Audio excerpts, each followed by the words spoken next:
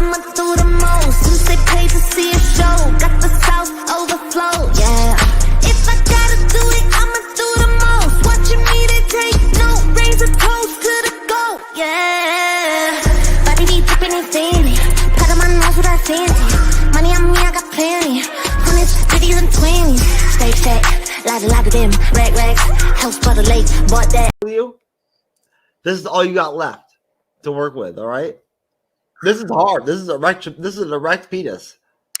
And this is what happens if the shield gets done down with you.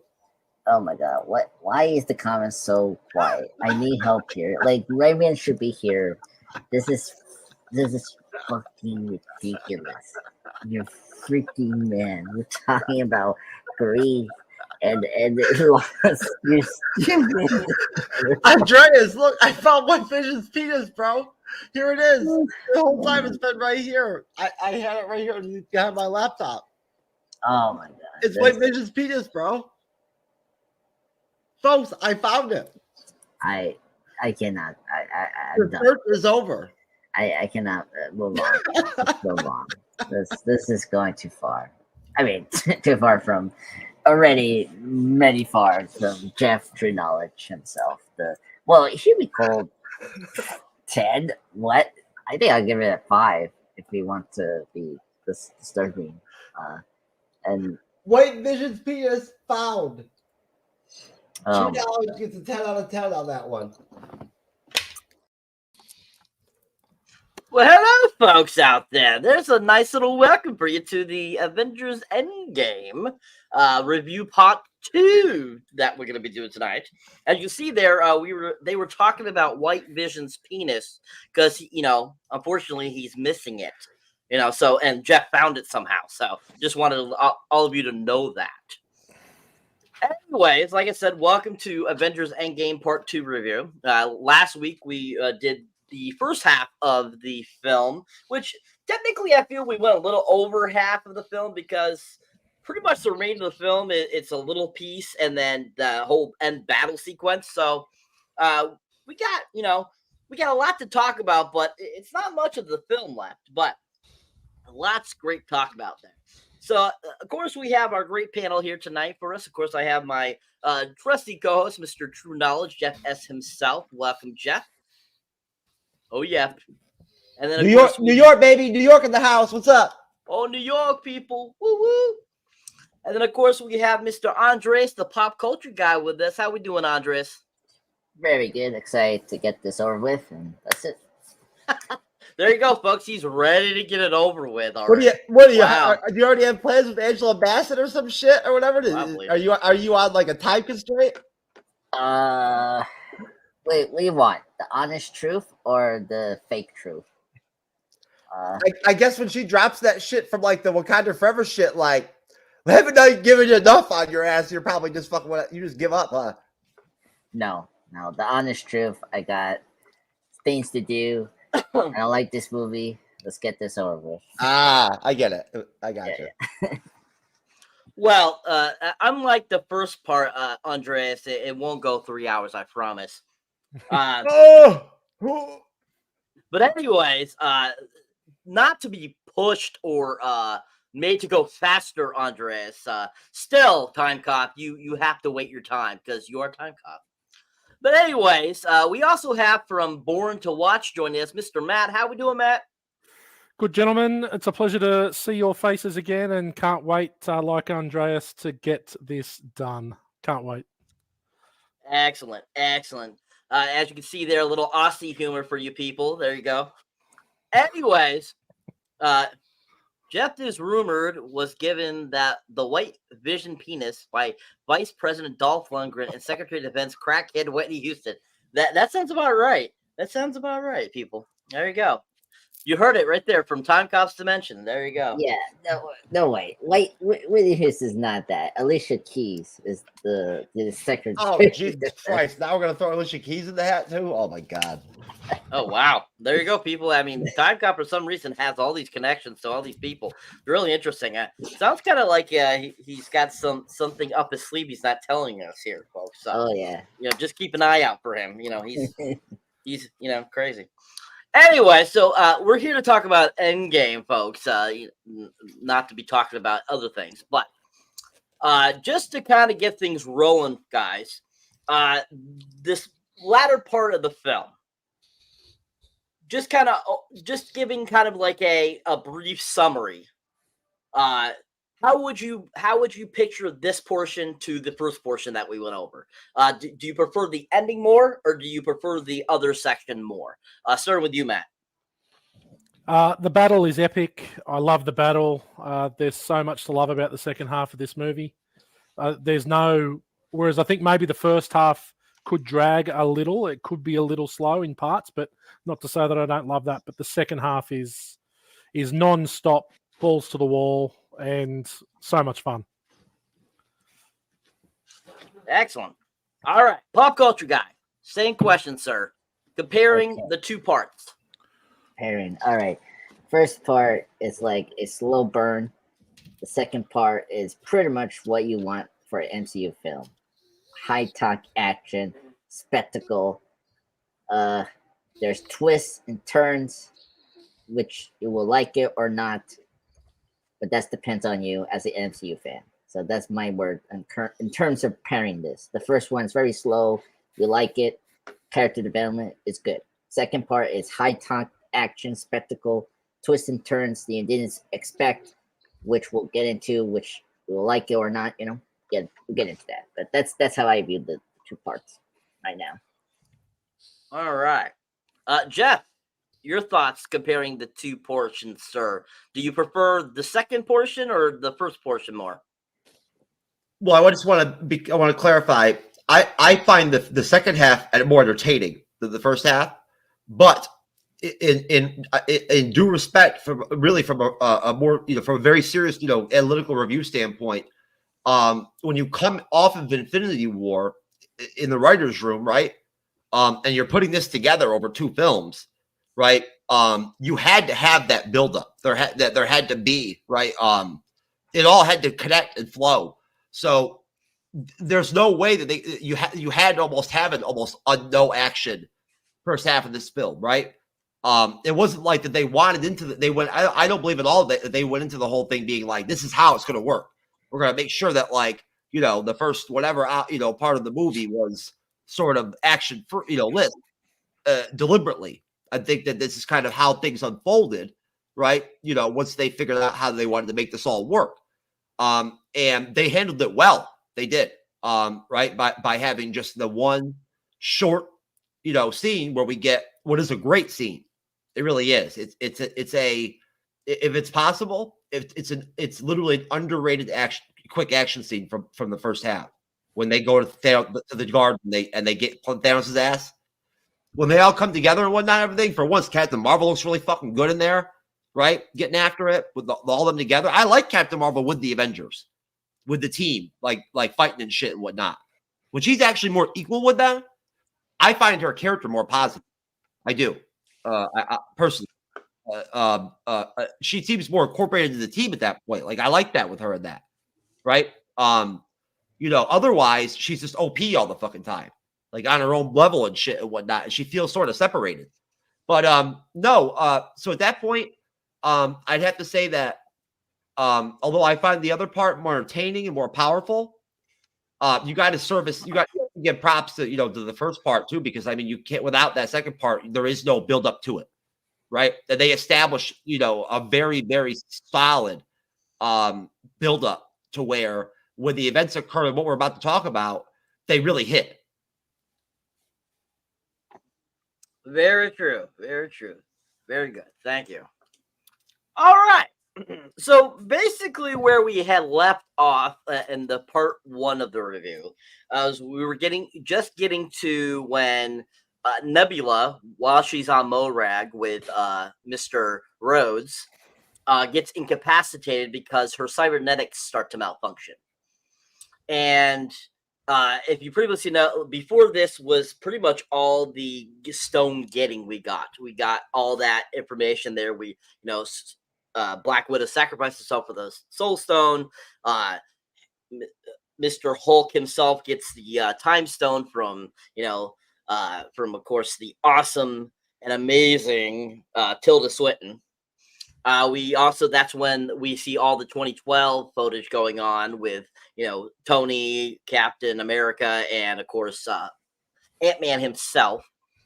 And, we get that little debungle. We get 2012 Loki disappearing, all that kind of good stuff. And so we get all the stones collected. So at this point, they've gotten the, Power Stone from Morag. And like I said, Nebula's all of a sudden her circuitry starts to mess up. And all of a sudden she starts projecting an image. And the same thing happens to the actual 2014 version of Nebula. And it happens while she's in the presence of Thanos and all that kind of stuff. And he ends up finding out that he has actually completed this task of finding all the stones and doing it. And that, they're trying to undo what he did. And so basically he takes that as, oh, I got to stop them from trying to undo what I've done. So once the current Nebula, the circuitry stops firing, she realizes what the hell happened. And she's like, oh, crap. She goes and to warn the others that Thanos knows what's going on, that the 2014 Thanos does. And while she's doing that, all of a sudden Thanos' ship arrives on Morag and to collect her. So after that, of course, we they go up to the ship, and we have kind of a conversation with Thanos and Ma and everything as they have the Nebula connected and all that kind of good stuff. And he basically downloads all the information so that he knows exactly everything that's going on. We get that sequence there as well. Basically to, for Thanos to stop them, like I said before. All right, so finally reuniting in the presence. That's when all the Avengers return to the Avengers headquarters with all the stones. And when they see Clint, he's not with Black Widow, and they find out that unfortunately they have lost Black Widow. And so they of course are all upset about this, and of course Clint's most upset about it out of all of them because he was so close with Natasha. So after they get all the gems there, that's when they go to work on the gauntlet that they end up making, which is made by Tony, by Hank, by Bruce, and by Rocket, and they all put it together and to make this gauntlet so they can put all the stones in it to be able to use it to do the snap again. So we get to see them, designing it and building it and putting it all together and stuff like that. And while that's going on, we have, Thanos making his way and taking 2014 Nebula to start doing his bidding because, after seeing what Nebula has done in the present, he kind of is trying to figure out what to do with this Nebula since this Nebula ends up turning into that Nebula. And so they end up he kind of concocts a plan that, oh yeah, daughter, you're going to do everything for me. You're going to do this and blah, blah, blah, all that kind of good stuff. And, I know you will do what's right. And so she, basically buys everything to him, but I will do this. I will, stuff like that. We go back. We also get to see the current Nebula with 2014 Nebula and of course, 2014 Gamora. Because of course, Gamora, we unfortunately lost in Infinity War when Thanos had to sacrifice her to get the Soul Stone. I just want to reiterate the Soul Stone thing. I'm really still annoyed or irritated, I should say, that they waited until Infinity War to talk about the Soul Stone and then just have it there, and then they didn't do anything else with it. That's the only thing I have to say that in the writing, I wish they had done something more with that. And the same thing in this, we see the Soul Stone one more time in this one because they have to go get it. But at the same time, it's like, there's no other backstory to it. Even when they go back to Boromir to get it and stuff like that, it's like, wow, I wish you had done more of the Soul Stone. I wish you had one of the other previous movies had to deal with the Soul Stone. kind of like what they did, with pretty much all the other stones. I mean, Avengers had the Space Stone in it. Captain America 1 had Space Stone in it. Pretty much several movies had different stones in it that focused on it and gave it a history. But the Soul Stone they did not do that with, which I find that very irritating. But I just mentioned that. I don't know how everybody else feels about that, but that's how I feel about it. All right, so back up on the ship, on Thanos' ship, of course, Nebula and Gamora, are taunting the present Nebula, and basically the present Nebula is like, Nebula, you can change, you can become like us, you can become like me, and like blah blah blah, you're better than that, you're better than Thanos, and all this kind of stuff. And Gamora's even like, yeah, I mean, we could, go against Thanos and save the day, and basically, the other Gamora, the other Nebula ends up taking a piece off of present Nebula and to make herself look like the present Nebula, so she can go and infiltrate the Avengers.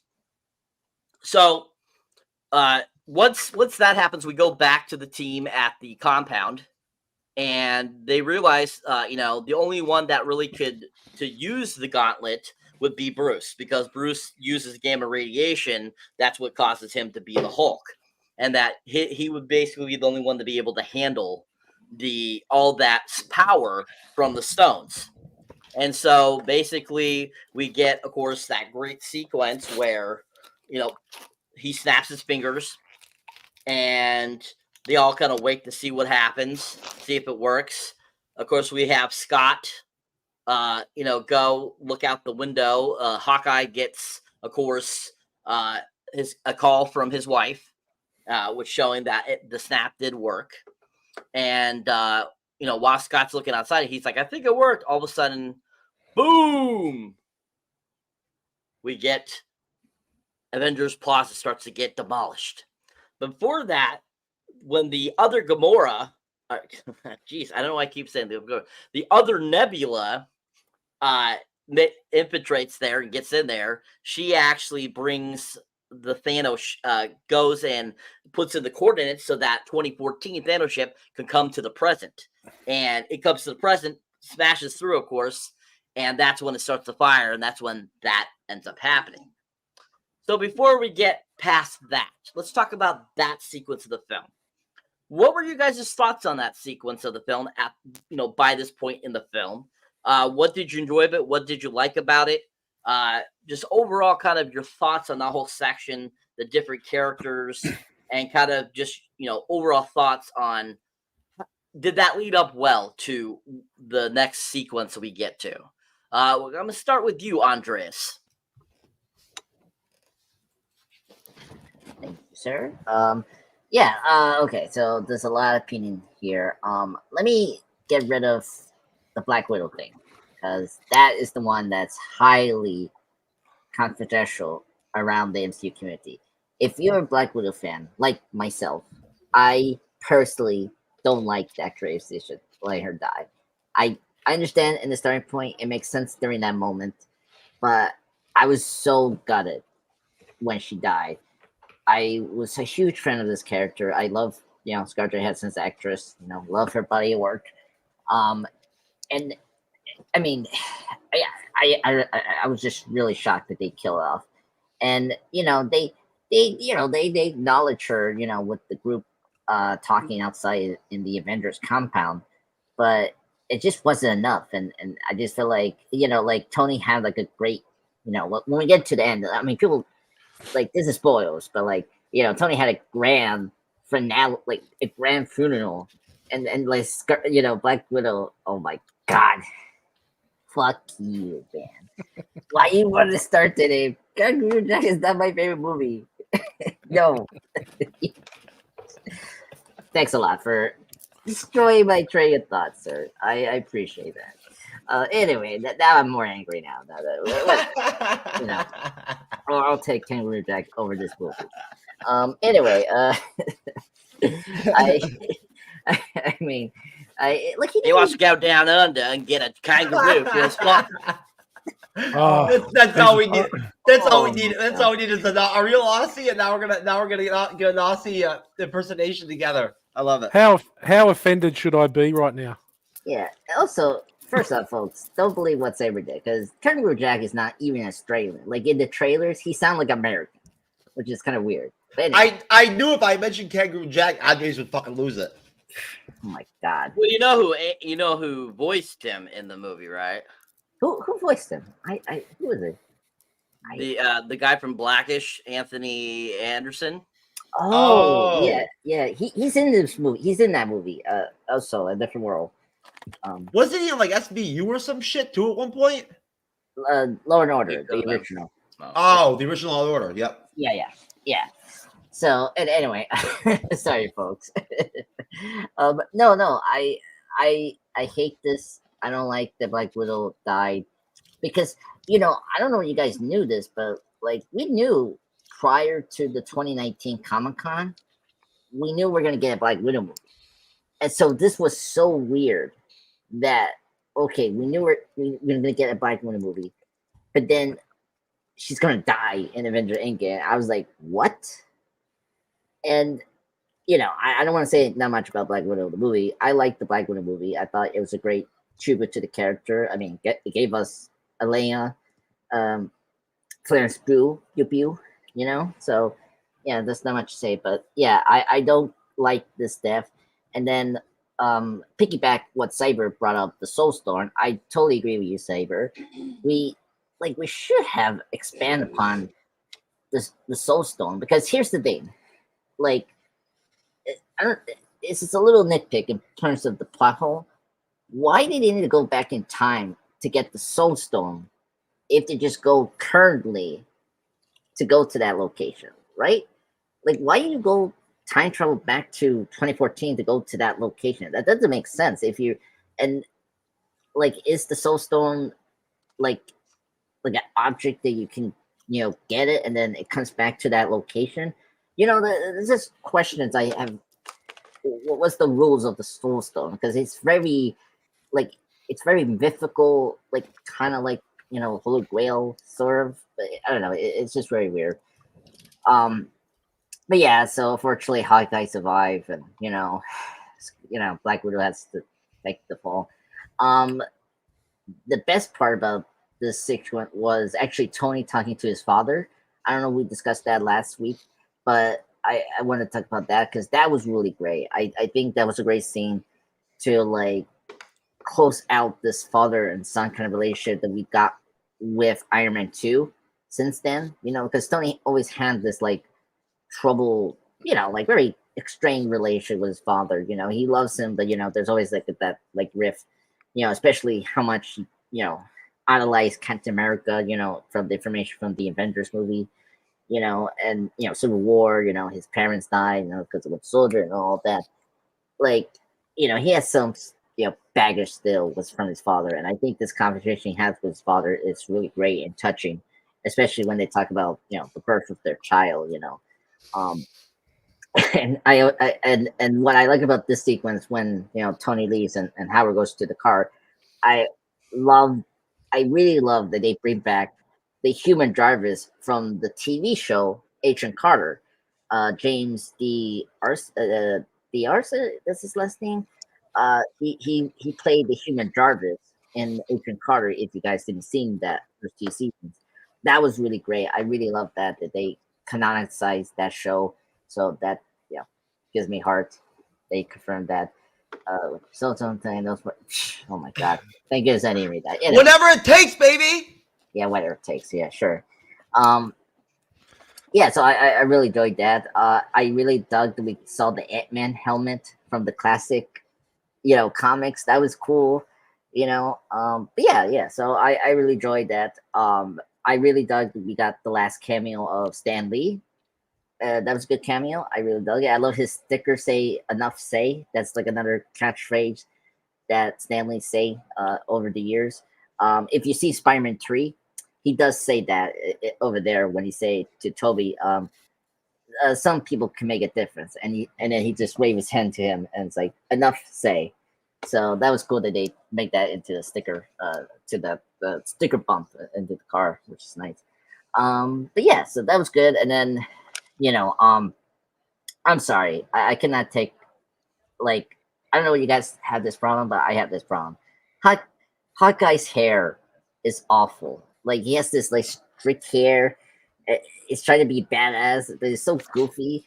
Like, when he talks to Thor, it's like, take your hammer and take your hammer and talk to him. And it's like, I can't take you seriously, man. Your hair is just so like punk rock. I don't know what you're doing, man. I'm sorry, Hawkeye. It's just too much. What else? Yeah, and then Nebula being captured by Thanos. That made a lot of sense. I didn't like that they ruined the Guardians of the Galaxy opening. Like, I always dug that opening, and so it's like, I get it. I get he's dumb. You don't have to repeat yourself, sir. Anyway, and then what else? Yeah, I think that's just it for me. I think I fairly enjoyed it. What was the last part, Cyber? The stop point? Stopping point is after they build the gauntlet and Thanos breaks through after Nebula 2014 allows him in to 2023. And basically before the final game, basically before the destruction of the Avengers compound. Okay. Yeah, that was very shocking. I think it's cool to see this other version of Nebula trying, please, Thanos, as we know from all the movies. So that was really great. I wasn't expecting that from the movie, so that was very surprised. Poor Hulk. Like, using the gauntlet was kind of very brutal. So, like, that really did a good job. So, rewatching that, it prepared me to see, like, Tony will die because of how much of radiation and power that the Phoenix Stones are. The fact that the Hulk's, like, was it like right arm or left arm, whatever, was so badly brutal. I'm surprised he survived that. So, but yeah, overall, this section was really fun. I like the time heist. I mean, I dug, Captain America saying hi, Hell Hydra. That was a great nod to, him being like a secret Hydra agent from the comics, if you know your comics lore. And then, him versus his double self from 2012 was kind of cool. And then caught me on his ass, which is funny. So overall, I enjoyed this. There were some parts I like. There were some that I creatively did not like the Black Widow. I'm sorry. So it just knocks my experience from this movie. Excellent. Thank you, sir. Thank you. And all right, moving on to the great Matt from Beyond Watch. Born to Watch. Beyond the Watch. From the great Down Under. Please, sir, what are your thoughts on that section of the film, sir? Yeah, it's. I just want to pile on to what Andre says there about when Tony and Cap go back and Tony's talking to his dad. I thought that the de-aging of Michael Douglas could be the worst CGI in all of the MCU to date. It's really actually quite jarring, that part. I only just watched it just before, like about an hour ago, and I was like, ooh, like I'd forgotten just how that sort of took me out of the movie a little bit. Now, it's obviously great that he's there, but it just, compared to what we've had with the MCU to date, where the CGI is pretty flawless, I thought that was a little bit jarring. But I do love, same as you, Andres, I think that is an excellent part of the movie, the back and forth between Tony and his dad, I think, and to get that closure, and I think that, I guess, really pushes it forward, and the emotionality there, I think, is really cool. I think, I love, as I said last week, I love the whole when the team gets together. So the whole, when they come back from the time heist, I really love that whole bit where they think they're so happy with themselves, and this is, they get this moment of how good are we? We've made this thing work.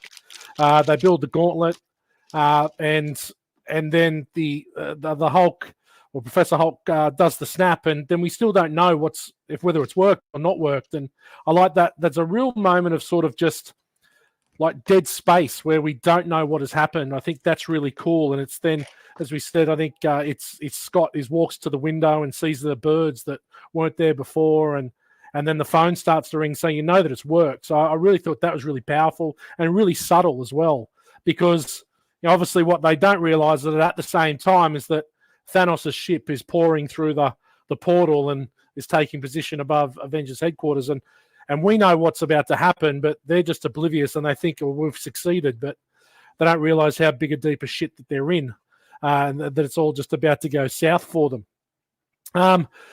It's funny, Andres, the Black Widow thing, it's a bit like, I'm wondering whether it was predetermined that Scarlett and Robert Downey Jr. and Chris Evans were deciding that they weren't coming back.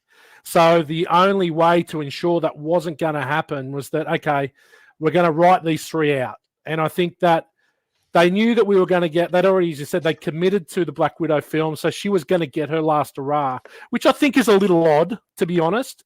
But I think the only reason they would kill her off is because of that, because there's no need. She really is the heart and soul of the team. She's the one that's recruited them all, essentially. She's the one that is the most selfless out of them all. She's the one that puts the team first the whole way through. And I think there's, and I say that's just her dying, I guess, is the final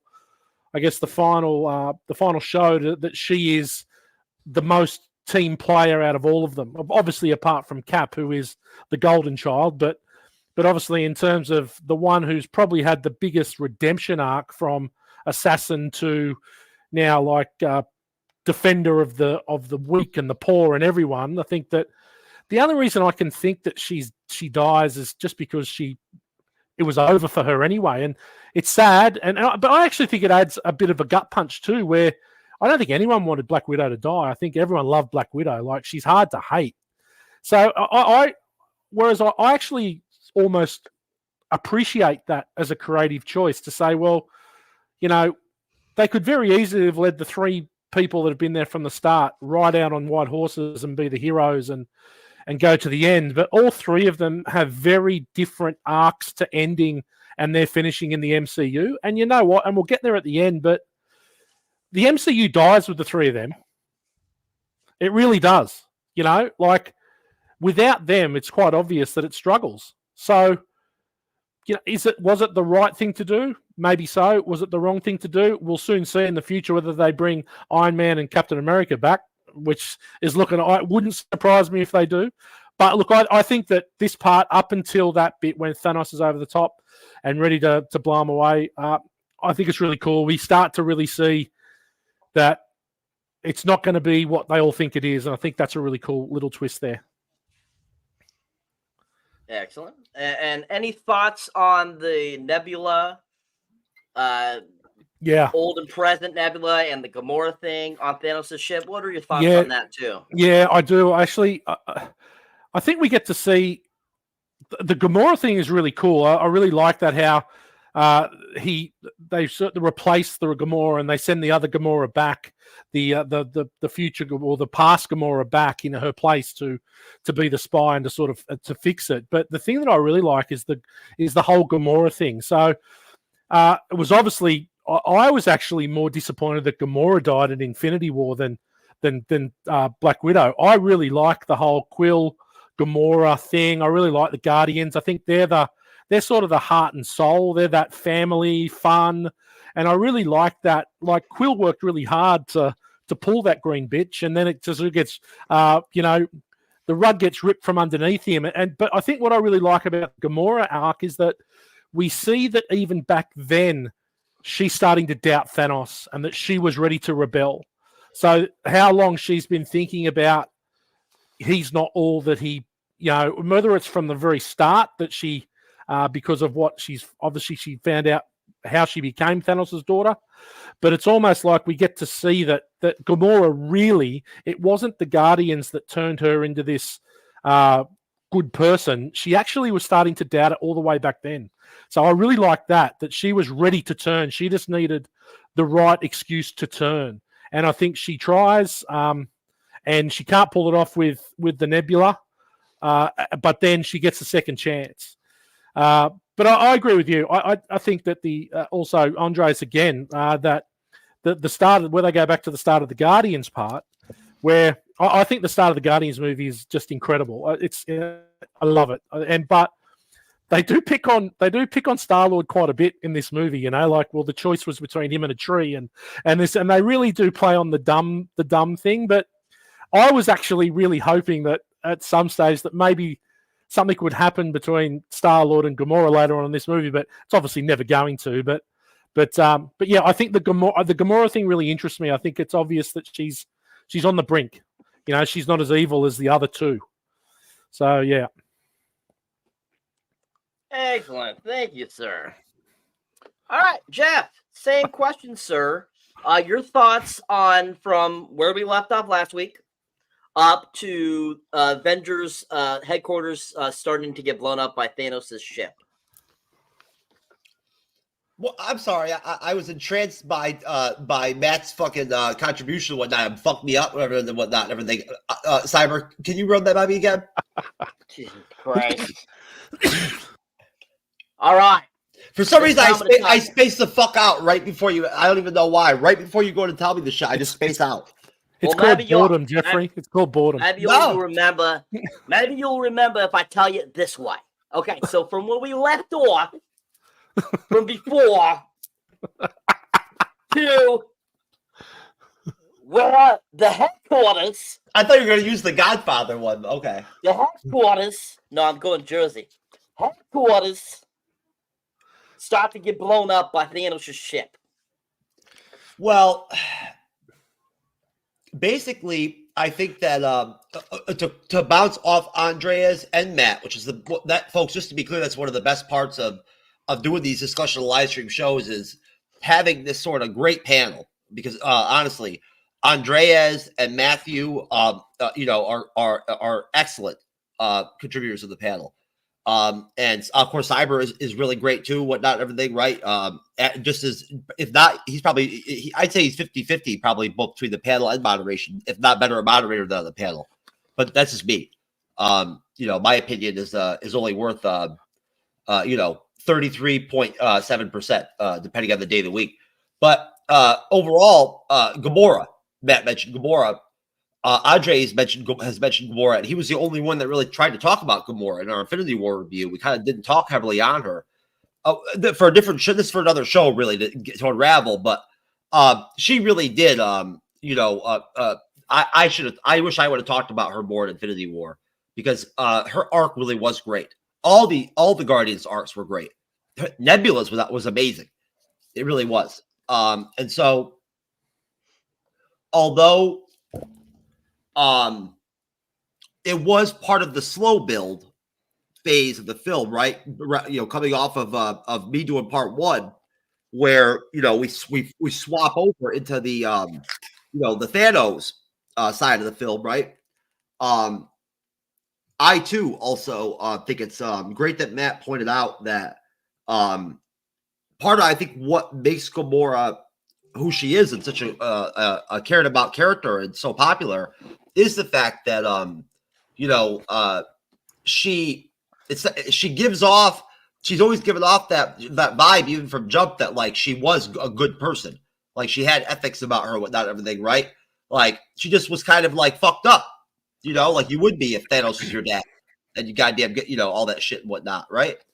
I mean, seriously, I mean, honestly, if you think about it, like, think about what Thanos did to Nebula, right?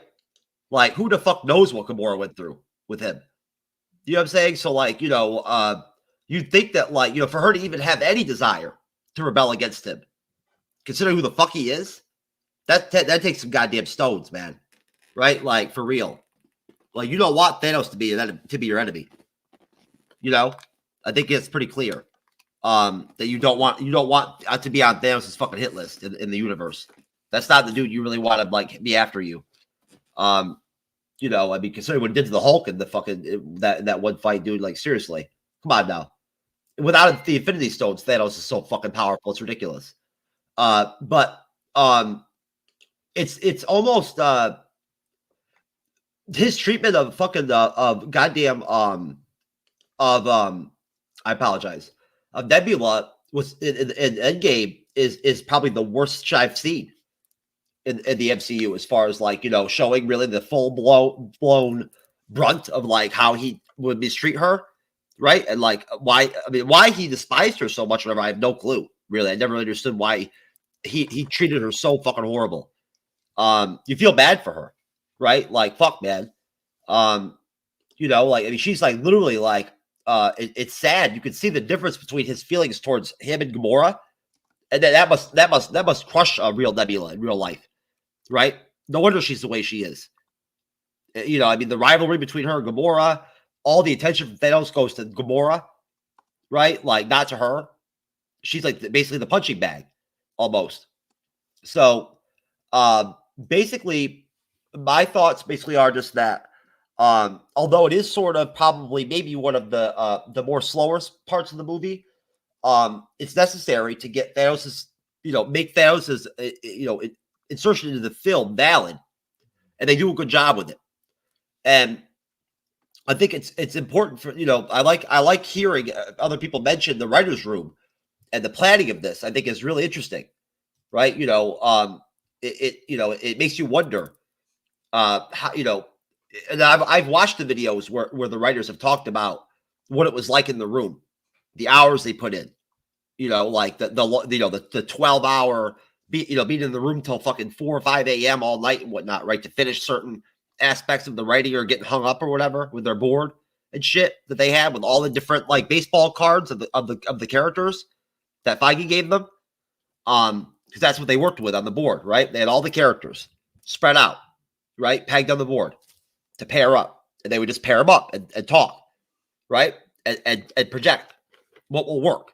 But then Matt throws in there they had to go ahead and kill off these characters too. So at that point, you got to add that actual that effect too has to go into the movie. So you're adding that other layer to the writers, to their job, and to the directors, of having to have that too, along with the pairing. That's a lot. So you know, hats off, right? Again, this movie has flaws, man, but like what it took to make it and put it together, make it into what it was. The people who are responsible for that deserve a lot of credit. That's what I think personally. And you know, honestly, basically, as far as you know, the guys already mentioned, you know, what happens when they actually do the snap. It was a good scene. It was really good. You know, you're seeing Thor start to finally come back to life, right? At that point, like he is, you know, you can see him kind of evolving in the film. I agree from the last review that it wasn't necessary to have Fat Thor in the movie. Like, he could have just been fucking Thor. Why that had to happen, I have no idea. It really was kind of stupid. But I didn't even think about it until it was brought up. Like, Matt, you're the ones that mentioned it. It wasn't necessary. You know, like, you know, so, like, that is not what actually happens when you get depressed. Like, everyone that gets depressed does not become that. That's not the reality of depression. No, go ahead. I'm sorry, Matt. No, I was going to say, did you say does not become that or does not become Matt? No, just because you're no, Matt. Come on, bro. That. Just because. Oh, sorry. No. That. Just because you're smoking my ass on the panel and shit and whatnot, everything. I'm not blaming you. I'm not making you the end all of depression. No, I'm saying not all people who are severely depressed end up Fat Thor. It doesn't work that way, right? Like, seriously, like, I know for a fact you could be depressed and lose weight. Like, you know what I'm saying? It can go both ways. It just depends on who you are, like what you're what you're dealing with. That's not literally like the epitome of being depressed. Like, it is not an indication that you're the most depressed person in the world. But it was not necessary. You know, but whatever. Either way, I didn't even care during the film. It never even fazed me. I didn't pay attention to it. It was like, okay, he's fat. I didn't understand it. It wasn't funny, but whatever. Either way, no, the whole thing with fucking goddamn the way that Thanos has fucking destroyed the fucking Avengers headquarters, dude. They almost overdid that shit. How does anybody even survive that? That shit was fucking crazy, bro. Like, seriously, when I saw it in the theater the first time, I'm like, yo, are you serious? Like, how is anybody even alive? I mean, don't get me wrong. I know that, like, Tony probably designed it and shit, whatnot, right? It probably has all kinds of, it did have reinforcements and all that stuff. But, like, dude, somebody should, so at least one person should die from something like that. Like, for real, dude. Not everyone lives from that, from something like that. That shit was crazy. So that's all I have to say. I'm not saying, I mean, I loved it. It looked fucking awesome. But, like, yo, Thanos came in there and fucking took them out, bro. Like, hey, what's up, Avengers? Bam. Like, that's one way to get the stones, right? You can ask or you can do that. Motherfucker, what's up? You know? I mean, he kind of wanted to kill them overkill, so. I mean, Well, he must be friends with Miss Cleo, because somehow he knew to sit and wait for them, even though he just fucking like literally like dropped fucking like an atomic bomb on them, so there'd still be people alive. So like, hey, you know, good for him. Yeah. I was just wondering, you know, like, why is he still waiting? Everybody's dead. Yeah, or like could he just like send his army to get the stones right away? Like, yeah, this version of Thanos was just so lazy. He's pretty fucking badass in this movie, though. That's true. That's Kicks true. everyone's ass. Yeah. Still, like the last film, yeah. He doesn't get that much screen time in this one. He carried it. I mean, honestly, he in Infinity War, dude. He was fucking the bomb. It was his movie. Yeah. Very true. Very true. I toss to you, sir. Go ahead. But going back to you talking about the Fat Thor thing, just the reasoning I think behind why they did that, because there are people in real life that have had this happen to them where they were muscular and got fat. That does happen in reality. But I think that's the reason why they did that in this film, is because what does the God of Thunder have to lose that he is so in love with himself with? His body, his figure. So that kind of was like kind of one of the reasons why they decided to do it. But also, if you think about it, it played for so many great jokes in this film, especially when, you know, he looks like he's dead sitting in that seat and Rhodes says, no, I think he's dead. And no, I think your blood is filled with cheese whiz. And move out of my way, Lebowski. I mean, there's so many great one-liners because of that Fat Thor suit. And I absolutely thought it was freaking hilarious. I love that they did that because I thought that was a really clever, funny concept to bring into one of these movies. Now, was it very farcical? Very much so. It was super out there. But at the same time, I think it was a great idea because, like I said, what does somebody that's so chiseled have to lose, you know, after, you know, almost being killed several times and living and losing everyone they love?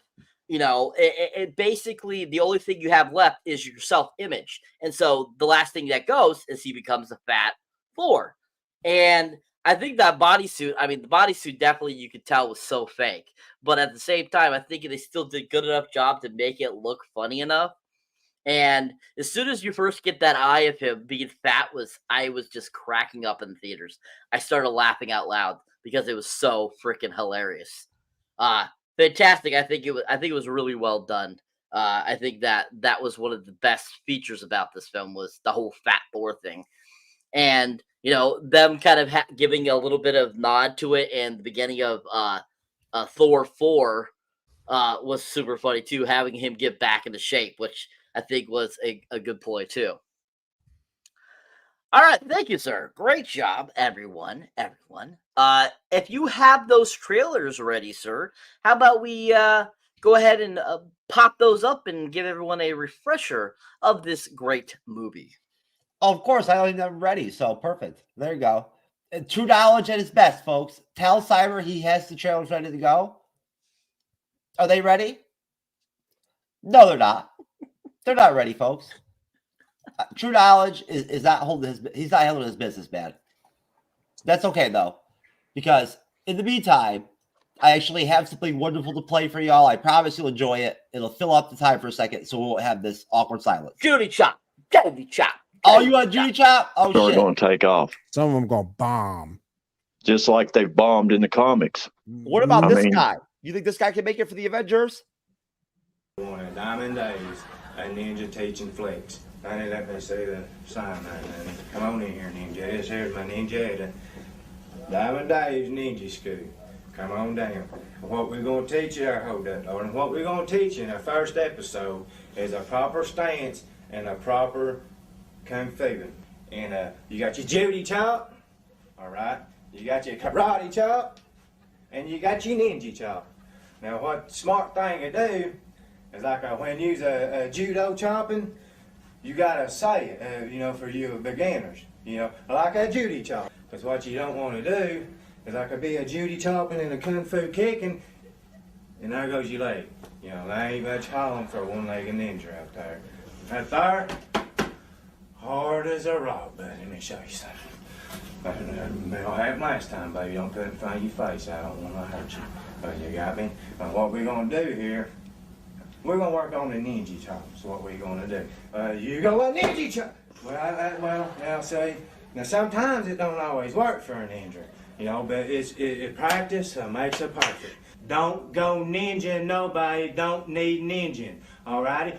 Now, them things there, if I was put them in my pockets, they'd get me for concealment of a deadly weapons. It says you got your son fella coming at you out in the trailer park. Regular cannon-backer, you say? No, says I. Watch this, people. Yeah, we just rolling through the trailer park. What's that? What's that fella doing? Ninja start! Right there. That son fella jumps out behind a trailer on you. You know, you got to put them on out yonder like that, and you can't get him caught up in ninja outfit, you know. And like if a feller's coming at you with Dude, Yo, that guy lived right next door to me, man. What the hell was that weapon he pulled out there? Was that a crack pipe? Like, It looked like a damn skull can or something, didn't it? Where did you find that? listen, hey, that guy that he sent that in, that is his interview tape for the Special Olympics Avengers. That dude don't stand a prayer. Oh, That dude. it's amazing that something like that that dude's probably popular as hell from that video. Dude, that guy can beat Kate Bishop's ass. Alpha Flight will whoop his ass. It's an Look, whoop his old-fashioned ass. notion. I'm visionary. I'm genius. Ensuring freedom around the globe. A symbol to the nation. A hero to the world. The beacon of hope, shining out across the stars. I look around at us, you know what I see? A bunch of a-holes. Possibility. You think you know how the world works? The world is changing.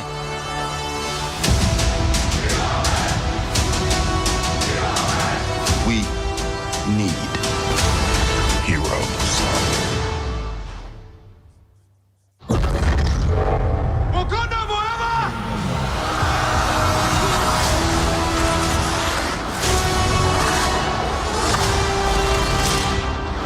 Our very strength invites challenge. Challenge incites conflict. Conflict breeds catastrophe. The thing isn't beautiful because it lasts.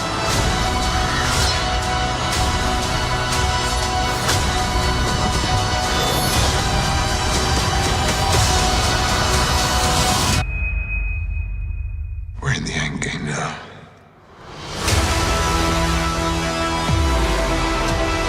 Before we're done, we still have one promise to keep. If we can't protect the Earth, you can be damn sure we'll avenge it.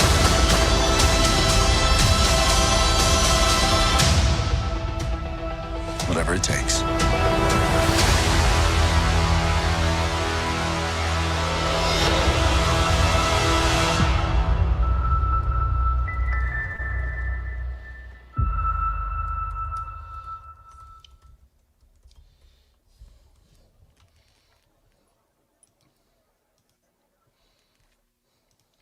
Excellent. Great trailer. I mean, that's a good one too. That's like one of the advertisements on TV. Got you all riled up for it coming out in 10 days. They showed you footage from all the different MCU films up to that point, which was really cool. I remember that coming on, when that was coming out in 2019. And I just remember going, oh my God, these are such great trailers. And just always got you very psyched for it, got you very, very psyched. So, I mean, just to kind of refresh everyone there, here, what did you guys think of that trailer? Starting with you, Andres. Oh well, no, it's a good trailer. The marketing for Endgame was huge. I mean, they did such a good job with this Infinity War, which we haven't talked about.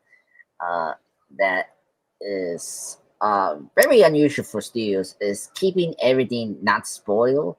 This was the most controlled. Like, people, do not spoil this film for everyone. And it was such a great experience. The Russo brothers say it twice in their Instagram post.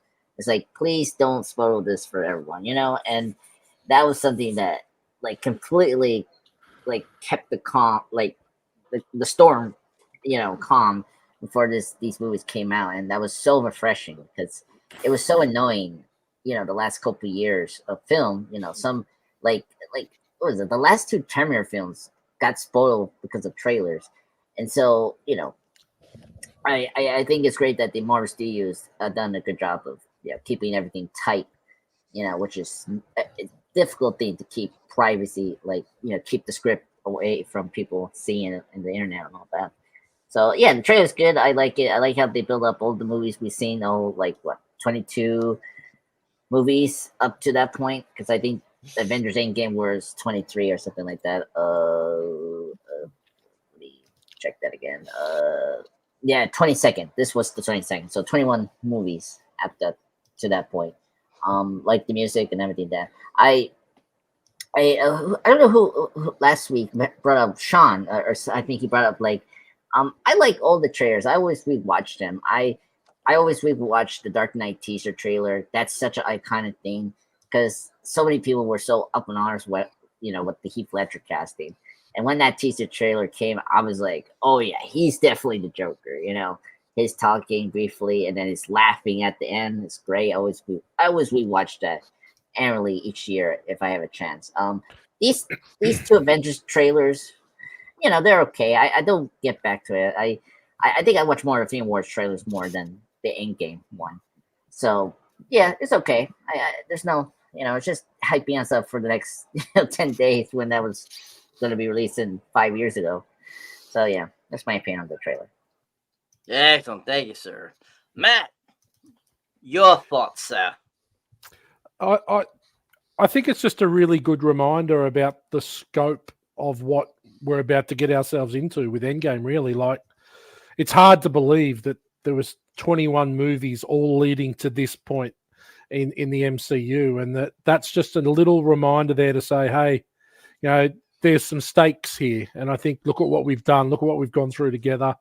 Now we're building up to this end game, and yeah, I remember seeing that back at the time, but I've not seen that since. So for me, it was just shit. I was like, I couldn't remember that Ant-Man and Wasp and all those movies were actually preceding this. I'd forgotten. I thought they were after it. So to actually look and go, there's so much that goes in here, and it really just highlights how fucking amazing job they did with giving everyone a character arc where everyone had something that mattered in this final movie. And we'll get to that when we talk about the battle. But I think that, yeah, it was just a nice little reminder to say that, shit, guys, there's 21 movies that have all come to this point, and there's a lot hanging on this, and here we go, and strap yourselves in. I thought it was really cool. Excellent. Jeff, any thoughts on the trailer, sir? Yeah, I mean, basically, it's just a really great trailer. It's fun. It's well put together, like they usually always are. And honestly, I never saw it until just a couple months ago. I think I didn't even know it existed. I just saw I happened to notice it one time on on YouTube or whatever, whatnot. I bumped into it. I may have come across it or whatnot and like saw it and just didn't even pay attention to it or something like that. I didn't even really know what it was. But then I saw it. That's why I wanted to grab that one, because I liked how it was sort of, like right before Endgame, and it did give us that sort of like real quick, like, hey, real quick, here's something for the fans, to remind you, right, of what what we've done and what's been accomplished here and whatnot to build up into this. You know what I'm saying? Like, hey, it's a great fucking advertisement, man, to give people the goddamn. If you already weren't going to see Endgame, dude, if you see that shit, man, and you watch the MCU films, you're going. Basically, right? You're like, fuck, man. Like, seriously. When they put all their hands out together and whatnot, the fist bump, whatever the fuck that shit was, that's like it, bro. It's over. That's how it is at the end of the shows, folks. We do that. It's like that. Through the screen. There you go, folks. Excellent. All right. Excellent, guys. Okay. So basically, we're coming up to the massive conclusion here of the awesome, amazing Endgame.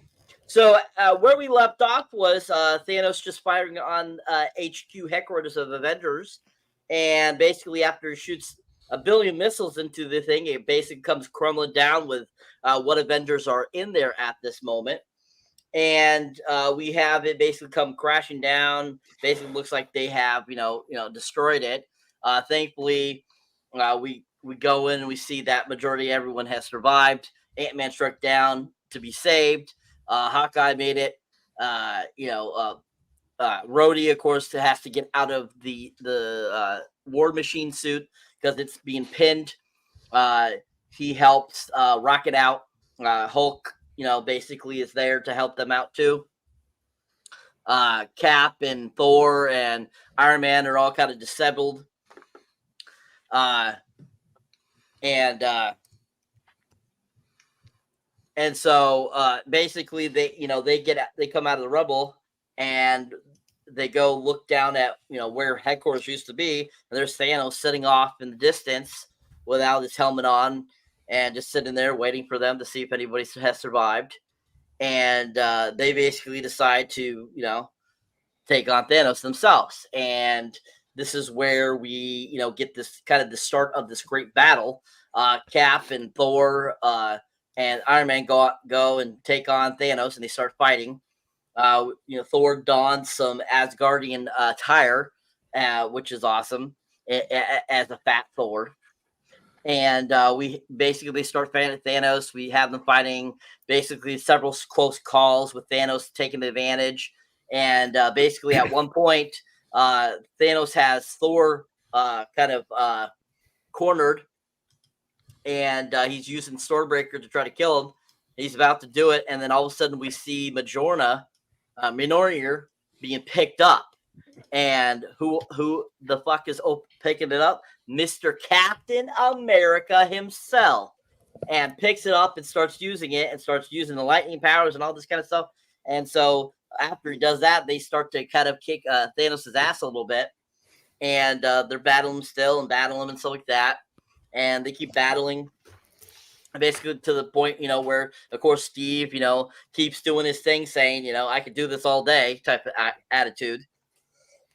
And at one point, after one of his many knockdowns, Steve's there, and all of a sudden, in his ear, all of a sudden, here's on your left into his ear, and he's like, and all of a sudden, we look back, and there's everyone that disappeared has now reemerged and is coming through portals that the sorcerers are opening, and we see the Guardians come back, we see Scarlet Witch, we see Doctor Strange, Spider-Man, Black Panther, and his fellow Wakandians. We see more other sorcerers that work with Doctor Strange. Wong's there. Pretty much everyone that disappeared. We see all the different Asgardians show up. We get the Ravagers show up. Pretty much everyone shows up for this epic conclusion. And when Thanos sees this, he calls on his people to take on the battle. And basically the giant battle starts the battle out, and we get to see all this great action of them just kicking butt and, taking on Thanos' people. We see some of these gorilla creatures that Thanos has. That we of course see the creatures we were familiar with that was in the first Avengers film that came flying down with the Atari. Them coming around and taking on things. And basically just, they keep battling out and stuff like that. We see them taking on different characters and killing them. Of course, Ant-Man gets large at one point, starts kicking butt. We, of course, see Wasp in action. We see Valkyrie. We see, pretty much everyone in action doing something.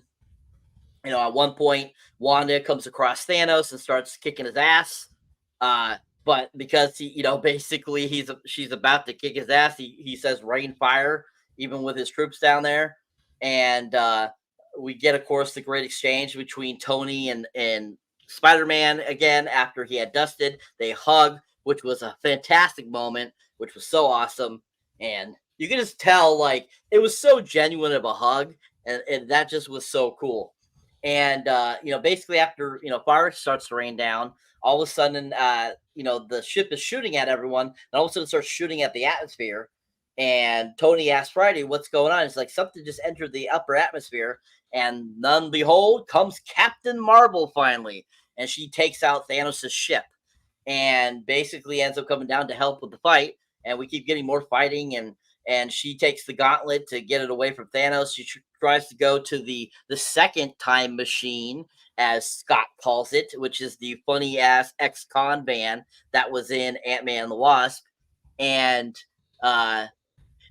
that scene is so funny. It's like, anybody see a ugly brown van? And basically, Captain Marvel starts making her way and like jetting through everything and knocking everything out. Nothing can touch her. And she's about to get to the van, and Thanos throws his big ass sword, which is like a double-sided sword, which I believe is made of vibranium as well. And that's why it was pretty much unbreakable, and why it was able to break Cap's shield at that one point when they're fighting. And basically, he throws it in there and blows up that machine.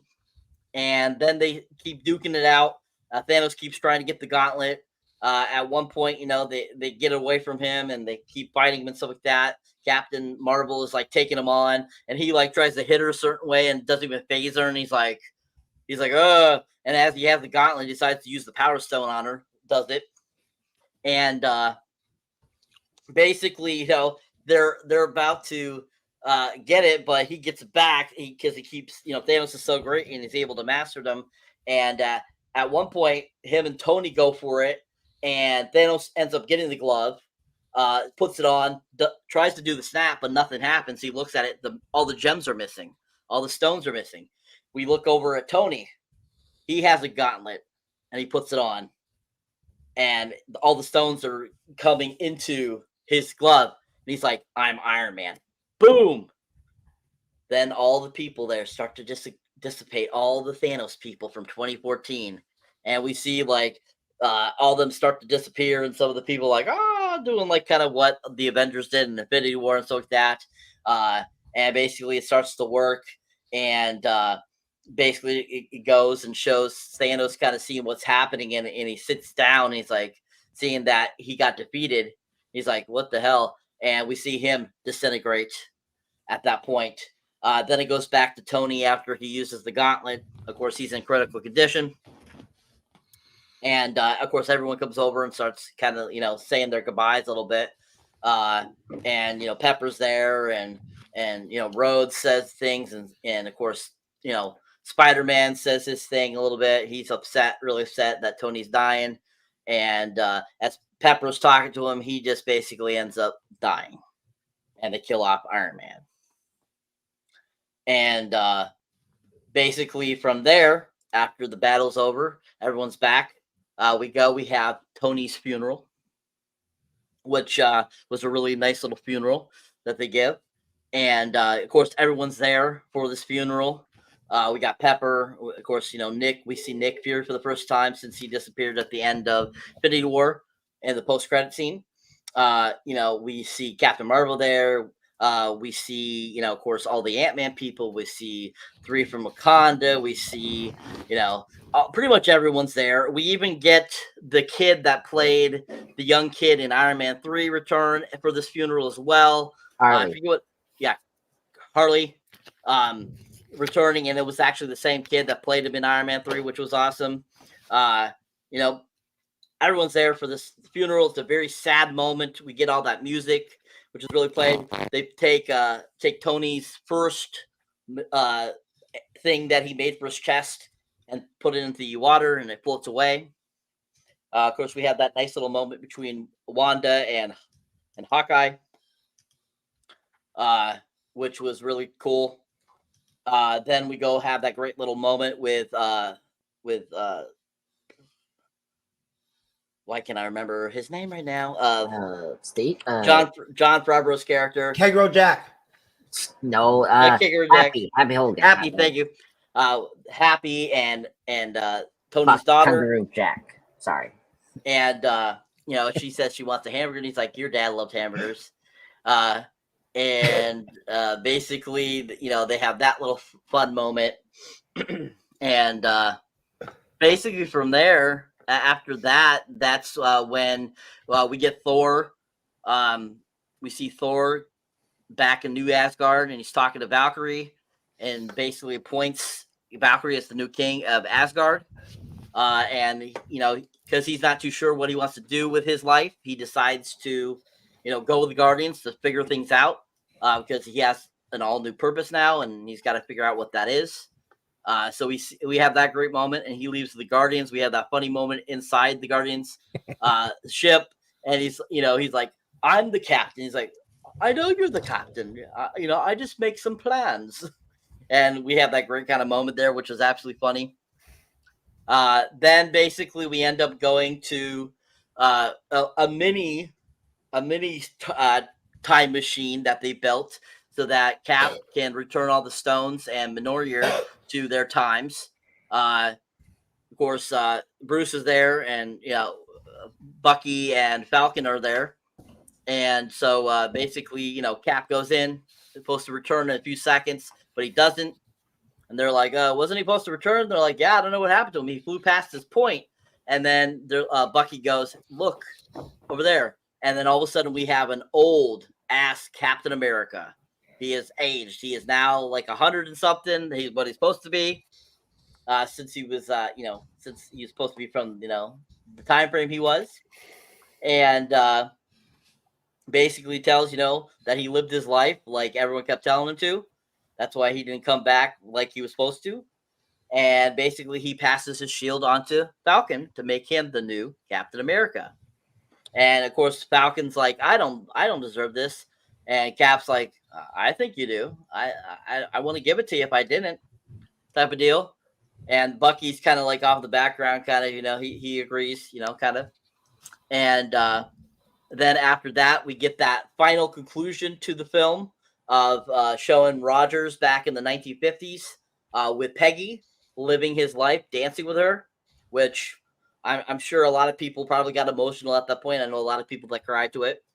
And basically that's how it ends. And then we got that great end credit scene where it shows all the main 6 and their signatures, which was really cool. And that's it. That's the end of the movie. All right, so talking about this finale, all the greatness that happened, guys. All right, what are your guys' thoughts? What was your favorite part? What did you like the most? What did you feel that Endgame ended really well? Did you enjoy it? Did you think that they could have done things differently? Just your overall thoughts. So we'll start with you, Matt. Thanks, Cyber. Yeah, look, I think it ended itself. It rounded everything out really well. The battle's great. I love that it brings Tony and Thor and Steve back. They've got to take on Thanos, who is unbeatable in this movie. Like I don't know how. Still now, I think if he was not dust, he'd be going, "How the fuck did I lose that?" He is unbeatable in this film. But again, it shows the power of the Avengers is that it takes them all to be there and all. But I think there's a couple moments a couple of good ones, and one maybe a foreshadowing. One is when the anticipation as to what has happened to the rest of the people after the snap. When are they going to turn up? When are they going to show up? So that whole fight that's going on, and they're getting their ass handed to them by Thanos, and all I'm thinking of is, when are these fuckers going to turn up? And then to hear the crackle in Steve's headset and hear on your left, that shivers and chills down my spine. And I was like, and the minute you see this, the sorcerer's, I guess, portal start to open, and then they start, and he flies through, it's just like, here we go. And then they start to pour through. Just thinking about it now, it actually sort of gives me goosebumps to hear about that as well. I remember in the cinema, I was like, very rarely do I say anything in a cinema, but to myself, I was like, fuck yeah, like bring it, like, and it's and it got me, it was really pumped me up. And then I remember they then the battle starts, and obviously Thanos is losing, and he rains everything down. And then I think we get a little insight into, we forgot about Avengers Assemble, right? So obviously that moment is iconic, where Steve is holding Mjolnir, and he's like, Avengers Assemble. That part as well, I was like, this is amazing. And they then rip off Braveheart and have everyone just charging at each other, because in 2014 we still battle like it's 18 or 1726. So we'll just charge at each other. That's what happens. But I think that moment when he says Avengers Assemble is another moment that just sort of again sends shivers down the spine. But then we get maybe just a little peek under the covers about what's going to be coming next with the MCU. And that's when it comes go woke or go broke. When all the women band together. Yeah. Good call. And it's like, we can't have this. It's been male dominated. And now we've got to show the way forward for Disney and MCU is, we're going to fuck it. And so they get all, and whilst it works okay, and without a doubt, powerful of anyone on the battlefield is Captain Marvel, and she's a woman, and so be it. And it's great that it takes her to step in. That works in the story, but the whole female really feels shoehorned into the movie. It's unnatural. It just really feels forced. The part with Captain Marvel being the only person that can match Thanos doesn't feel forced, because she is the only one physically with her powers that can match Thanos. And so that really works. And that fight between Thanos and Captain Marvel, where he headbutts her and she doesn't move, and she's forcing the gauntlet apart, and she's freeing the time. I think that's really cool. But I still it's quite jarring, the whole team girl power part. And that's not to say that I'm against girl power at all. I just think it just feels really forced in a point of the film where it didn't need to be. And it's a little disappointing. And it's actually, in hindsight, it really just is a little view under the covers about what's to come. That they're just sort of planting that seed to say, don't look, guys, we're going to fuck it for everyone in a minute. So let's just play this bit out. But, enjoy the MCU as it used to be, because it's going to change from this moment. Now, the bit that as they're fighting, I think it's excellent. I love that they are down and out, but Tony looks over to Doctor Strange, and he gives him the one face and says, this is the one chance. So it's still not dead. As much as they feel like they're losing, this is still the one chance they've got. When Tony then flies in and steals the stones, and Thanos uses his incredible line about "I am inevitable." As soon as he said "I am inevitable," and then he did the snap, it didn't work, and it cut to Tony, and he put his hand up. I was like, I was going, this fucker's going to say "I am Iron Man," and it was like, when he did it in the cinema, I was like, I bow down to you, you guys that have been able to do this. I bow down to you. This was one of the greatest moments of all time, knowing that he was going to die because of what it had done to the Hulk, and him saying "I am Iron Man" and doing that was just incredible. I loved it. And the fact that it's sad that we have to see Tony go, because obviously he really is, without him, there is no Avengers. Without him, there is no MCU. Without Robert Jr., we probably don't get to Avengers Endgame. What they did in that first film, 10 years earlier with Iron Man in 2008, changed the world forever. And the fact that he went out, he got to go out on his terms. His full character arc, where he's got selfish, misogynistic, narcissistic playboy, to then 100% putting himself ahead of everything. Even when we're thinking an hour and a half before in the movie, he was like, no, my family comes first. Morgan and Pepper, that's it. I don't care about anyone else. I'm not going to do it. To then effectively sacrificing himself for everyone, for the rest of the planet, is the incredible arc. And just in this movie, essentially.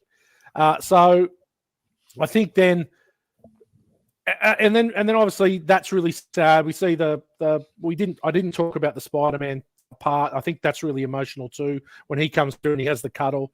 But I think then the funeral, it's when you get to the funeral that you just realize about what they were able to pull off, because there's so many fucking people involved, right? There's so many people involved in this movie, and how they were able to give them all their own little piece of the pie. So Andres was even there, man. Andres was there in the final battle. You didn't see him? Where was he? Was he the stunt double? Was he the stunt double for Ant-Man? He was massaging Angela Bassett's back in the corner. No, I was in Wakanda. Okay, folks. They just were you? Wakanda. Yeah. Were you bloody power? What's the fucking Phantom Menace Naboo scene at the end of Wakanda, where everyone's like partying at the end on the streets? Looked like Naboo. Yeah, sure thing, buddy. No, man. I was actually the guy in the chair. I was actually in Wakanda doing the systems. I was like, Black Panther, get this, Shuri, be careful with that. Like, I was doing that. I wasn't doing the... His Wakanda name was White Mongoose. Oh, please, no. No, I think he was part of the girl power. You see? What? No, he would have fit right in with the fucking the MCU moment. It was fucking great. They're just saying he was right next to Wasp because Wasp was actually bigger. He's so small you can't see they fucked Wasp on that shit. And Wasp is dope as fuck. So it sucks they had to stick her into that crap, Matt. Right? I didn't mean to steal your thunder. I just had to jump in there because you're throwing so much fire, bro. You're spitting so much fire. You're lighting me up, nigga. You feel me? You know what I'm saying? So I had to, jump in real quick. But go ahead. I'm sorry, sir. I just think the funeral's well done. It's quite ironic that Captain Marvel is standing on her own, because really, effectively, no one apparently likes her at all in general. So everyone is with their own little groups, and she's just standing at the back on her own. And I just think it's again. Then we get the ending where Steve goes back to Peggy and spends his life with her, and I think that's a really sweet ending. I think it's tied up so well. And if there was never another MCU movie or another movie, then I'm happy with that. I don't have a problem. Obviously we've hit the pinnacle here. As I said, I think that the MCU as we know it died with Tony Stark and with Black Widow and with old Steve Rogers. And I think that anything that we've got after that, apart from a couple outliers for sure, but is pretty lame in comparison, which is really sad. But look, I love it. I think it's great. It's a really good second half of a film. Really good battle. Excellent. Thank you, sir. Sir Jeff, you had something you wanted to bounce off. Oh, yeah. No. Matt's very bounce offable. You know what I'm saying? It's good. It's nice to one of my favorite parts of being on the panel is about I don't know how you feel about it, Cyber. I know we talked about it before, is bouncing off other guests that really throw dope fire shit out questions, right? Like, it's inspiring almost. You know what I mean? Like, literally. I thought about what Matt fucking talked about. I think that our kangaroo fighting fucking ESP kicked in right earlier today. right? You know that there's a certain like connection that you have when you fought a kangaroo before, where you're connected forever, right? Because it's rare to be a motherfucker that's fought a kangaroo. So, basically, on my bucket list, folks, because I've already accomplished. I mean, like most dudes' regular bucket lists out there, whatnot, everything like a threesome and all that shit. Well, they're boring for me already. So, like their bucket lists are already over for me. My bucket list is a totally different kind. It's one that like it would only be appropriate for Jeff S, aka TrueKnowledge, because I love to speak about myself in third person. It's wonderful. But no, I was in the car earlier, stoned, going to my eye appointment, thinking about fucking and no joke, as always, Cyber, you know how I get down. You better believe I flirted and said some crazy sexual humor at the fucking cute fucking chick there and whatnot, everything. When like she said something that sounded like, now you're gonna take your P test. When I went to like go get my initial eye exam in the room, she said it like that and said that like somebody else had already said that. Well, now you gonna say what I said to her, but like it was fucking sick, bro. It was dope, and she loved it. So just to be clear, folks, Jeff S. TrueKnowledge is just as savage everywhere he fucking goes, right? Every fucking day of life as he is on the show. But bottom line, no, I was thinking about the fucking MCU moment, man. I didn't think not that lens, like, oh god, that was the death of the MCU. I don't know about that. It is, you're probably right, Matthew, but I me, I'm a loyal, MCU fan. Like I'll always remain optimistic until it's like not just dead, but like, its 9 lives are over, right? You feel me? Like you can't. It's got to have had a fair whack of its 9 lives, though. Like there'll be no point, like literally, or like until it's extinct, or I won't fuck with it. Yeah, no, and I'm with you. Like, don't get me wrong. I keep going back to the well. I'm hoping I'm going to rock in one time, and I go, "Holy shit, they've done it." They're getting there, man. Like it's coming close. You know what I'm saying? Yeah. Like I'm telling you, like literally, I went on Gerald Glassford's Pop Culture Cosmos and defended the Marvels. It's not a bad movie, considering the shit show of fucking production that they had. It's not that bad. But bottom line, to stick to the review, I thought about that moment, and it was ridiculous. It was fucking stupid. It literally was. I had an epiphany. It never occurred to me until today, Matthew. There you go. Yep, it never even occurred to me. So when you said that shit, right? I mean, you know how it is. Like, I mean, stuff just comes to you. I'm in the car. I'm thinking about Endgame, thinking about the review, and I'm like, what the fuck? Why would they not do that? You know what it was? I was thinking about Nebula and Gamora's character arcs in my head, right? And like across the span of the MCU, and it came to that part of Endgame in my head off that, and I'm like, why did that have to happen? Like, seriously, that was fucking ridiculous because it connects to like where we're at culturally with all the people that are making content on YouTube about how fucked up things are with women these days because of third wave feminism going fucking out too far, right? And you know what I'm saying? And this whole victimhood mentality women these days that I'm experiencing in my real life, where like utterly they're the victim in every goddamn situation in life now, basically, right? Like, you know what I'm saying, with men. And it's ridiculous. And that's why it's sad that that's part of the connection for me. But like that moment embellishes it almost. Like it literally does, of like the girl power fucking MCU, where they just let female, they just been throwing us all these fucking female characters nobody even asked for, right? After giving us good shit, here you go. Now everybody has to be all women. Bring the fucking men back, bro. Like seriously, right? The big 3 were fucking men. You know what I'm saying? In that final battle charge, the Braveheart style, bitch. Nice one on that, Matt. Like it's the men leading that shit. I think that I think this is a bit of a bigger picture and probably a bigger problem is that I think the studios have forgotten what the public want, what the fans want, and it's happened in Star Wars. It's happened here with MCU, and it's no surprise that it's Disney that control both of these things. But I think they've really missed the boat on actually maybe what the public want, not what they think a small percentage of the public want. Like if you went to fandom and said, "Do you prefer A, B, or C?" They're going to tell you what they want, and the way they tell you what they want is by showing up. And at the moment, I just think they've just got it a bit like I guess the greater problem in the world where the minorities tend to dictate what we do a little bit, but I just think that just give the fans what they want. Like if we don't want this woke shit. We don't want stories about characters that don't mean anything. We don't want, we want stories about the big guys. We want stories that we can buy into, and they just seem to be missing that a little bit. Matt, I talked to a fucking creative the other day and whatnot for a collaboration that literally had the audacity through texting or whatever, messaging, to admit that he's one of the woke motherfuckers that thinks that She-Hulk was like some kind of masterpiece or some shit and whatnot. And like literally, like when I said I liked Miss Marvel, like the only thing he liked Miss Marvel, the only reason he liked it was simply because it was an ethnic character that wasn't white, right? Like that was his reason for liking it. He literally admitted to me flat out. I was like, don't tell me you're one of those fucking woke MCU fucking like pussy type. You know what I'm saying? Like, dudes that actually likes She-Hulk and shit like that. He's like, yeah, I happen to be one of those.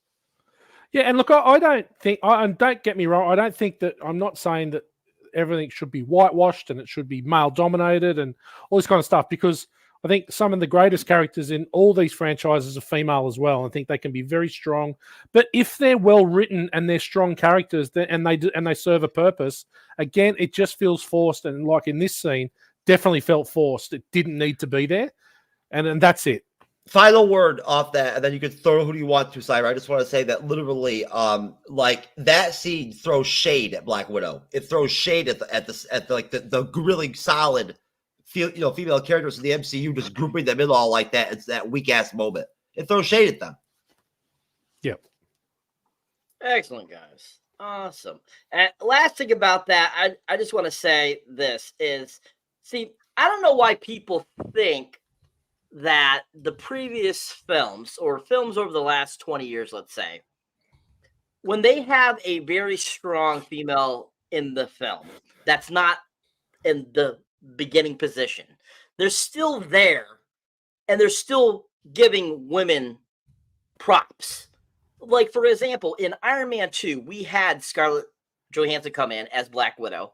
She was a force to be reckoned with in that film, and she was a highlight of that film, and wasn't just men in it. There was a woman. There's always women in these films, but just because they're not in the forefront, people for some reason have come up with this thought process of she's not in the front lead, she's not a lead. And it's like, for years, movies have had co-leads. Every single fucking movie. From, starting back in the 30s with goddamn one of the best franchises I've ever seen, the Thin Man series. Myrna Loy, William Powell shared the reins together. They were husband and wife in the films, and they shared. And even though William Powell was like supposed to be the Thin Man investigator, still Myrna Loy still was a head honcho. And I don't get where this idea came from, where that if the woman is not in the lead, she's not there. And it's stupid. And I think that it's irritating that, like we were just saying, everything keeps being pushed to where women got to be in the front. Women got to be front. When in reality, they are in the front with the other actor. Cyber, sir, what you're saying is fucking fire, bro. Can I just show real quick and whatnot clearly how we are? Because me and Cyber are fucking like best friends. Straight up. Matthew and I are tight. Aldridge and I are tight. We all think the same way about this shit. We don't need to be fucking pushed like that. Look at my background.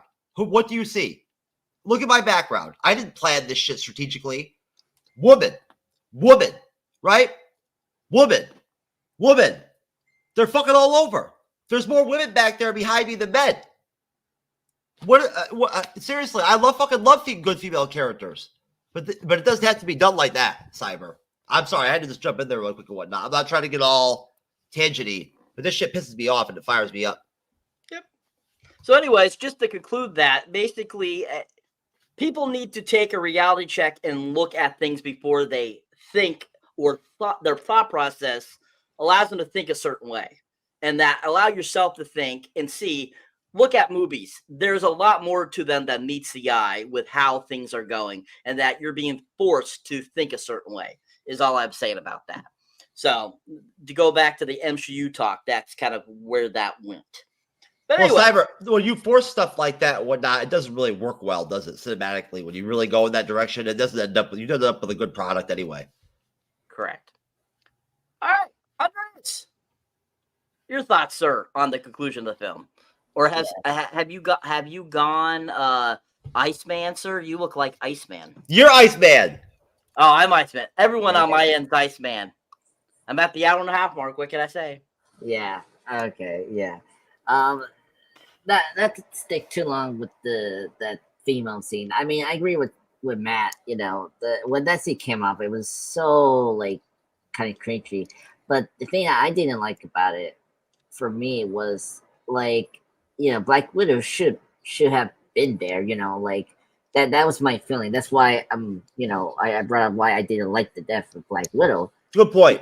Like I agree with Matt. Like I'm fine with having inclusion and like diversity, but like don't force it. The way that scene was, but also it felt very hollow because it's like you're missing one of the finding the true find the first female Avengers member. That is Black Widow, and I just felt like that was just so off. I preferred the the scene from Infinity War, with Black Widow, Wanda, and Okoye. Like that was much better than whatever this scene was. And speaking of Jeff, he brought up the Marvels. I agree that I think the Marvels did a better job of teaming up female characters there than this movie did. So that's my opinion on it. I think it was just too forced. I mean, I like certain characters in that lineup. I like Scarlet Witch. I love her. But yeah, it was a forced scene, and if you were a Black Widow fan like I was just disappointed she wasn't there. So that was just my opinion. Yeah, and Matt, I want to just pick a at Matt. Like he brought up Captain Marvel. Like I knew Captain Marvel was kind of useless in this film. Like she is the strongest, but like she didn't serve any kind of story purpose besides being the strongest against Thanos, which was okay, it makes sense, but I think they could have done more with her. Like I think I like how Jet brought up that she works better with as a team. I thought her her conversation with Rocket was kind of interesting, or Nat. Like I think we needed more of that. Because again we brought up in the MCU Bleeding Edge that her entering the MCU so late in this phase was just a mistake. They should have at least brought her in earlier so that we developed her more, like some of the other characters, yeah, but she's fine. I mean, she did, at least this was better than her first movie, so I'll take it. But, overall, she was just an ex machina in this film, unfortunately. So it's not Bree's fault. It's just they didn't know what to do with her. So anyway, my God, this sequence is so great. I love the Captain America lifting the hammer. If you're like me, it was a huge, just crowd pleasing moment. Just seeing that happen, and such a great payoff from Age of Ultron. Like what in Age of Ultron, he lifted. You see a little tip. It's like, oh my God, he almost did it, And then here, he officially did it. It's like, oh my God, it's so great. And I love like the gag where Thor wants he wanted his big the Stormbreaker, and then Thor to keep the small hammer, which was funny. So I just love that. So but yeah, so I really enjoyed that. Oh my God, the Iron Man Tony, like the Iron Man Spider-Man thing was so great. Him hugging him was so so sweet, and it was also a great payoff from Spider-Man Homecoming when Peter thought he was gonna hug him and it wasn't. Here it was like, oh my God, he's actually hugging Peter, and that was so sweet. I really enjoyed that that bit. Then what else? What was it? The 2014 Gamora meeting Star-Lord. I want to bring that scene because I agree with Matt. Like I don't like them making Peter dumb. I mean, he's not dumb. He's a smart guy. It's just like he just reacts to things too rationally as a human person, right? And I do like that scene, because it sets up everything what we like about, Volume 3, Guardians Volume 3. I think, seeing where Gunn takes this relationship after having this another version, of Gamora, it's intriguing. So the stuff with Gamora here was fine with me. I think it was a good way how Gunn took it, its logical conclusion with this version. Then what else? I did bring up the music. Like Endless Mysteries music is great here. I really enjoy it, and well, there were some parts I didn't like that he did. Like he just like I don't want to go too far, but like the Black Widow death, he copy and paste the music from Gamora's death to Black Widow's death, and that also annoyed me. I was like, "What the hell is wrong with you, Sylvester? You're a great composer. You did Back in the Future. We reviewed your movie last Friday. What's wrong with you?" Anyway, but the music here is great. Like good music here. Yeah, and of course, seeing Strange back was really fun, and obviously, Tony wants to know if this was the right moment, like this is the right decision that Strange did, and of course, Strange cannot tell if this was the, is this the right battle to win, until the point when Thanos is grabbing the gauntlet, he puts up the finger, and I was like, oh my god, it's happening. And then, of course, when, as Matt say, when he say, I am inevitable, he does his snap. It was like, oh my God, what's happening? And then you see the stones coming into Tony's hand, and it's like, oh my God, I cannot believe it. And when he say, I am Iron Man, that killed me. I think I was tearing inside. I was like, oh no, don't do this to me, because I'm just intrigued with you guys. Like, for me, starting growing up, Iron Man was my first Marvel character that got me into the Marvel universe.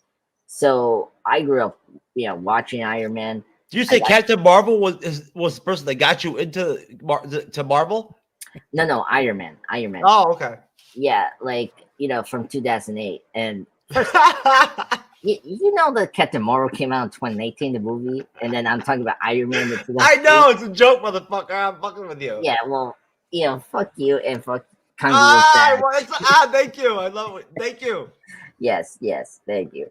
Oh my God, there was 11 years for me just getting into this Marvel universe and the cinematic universe, and to see my favorite superhero die like that as a hero,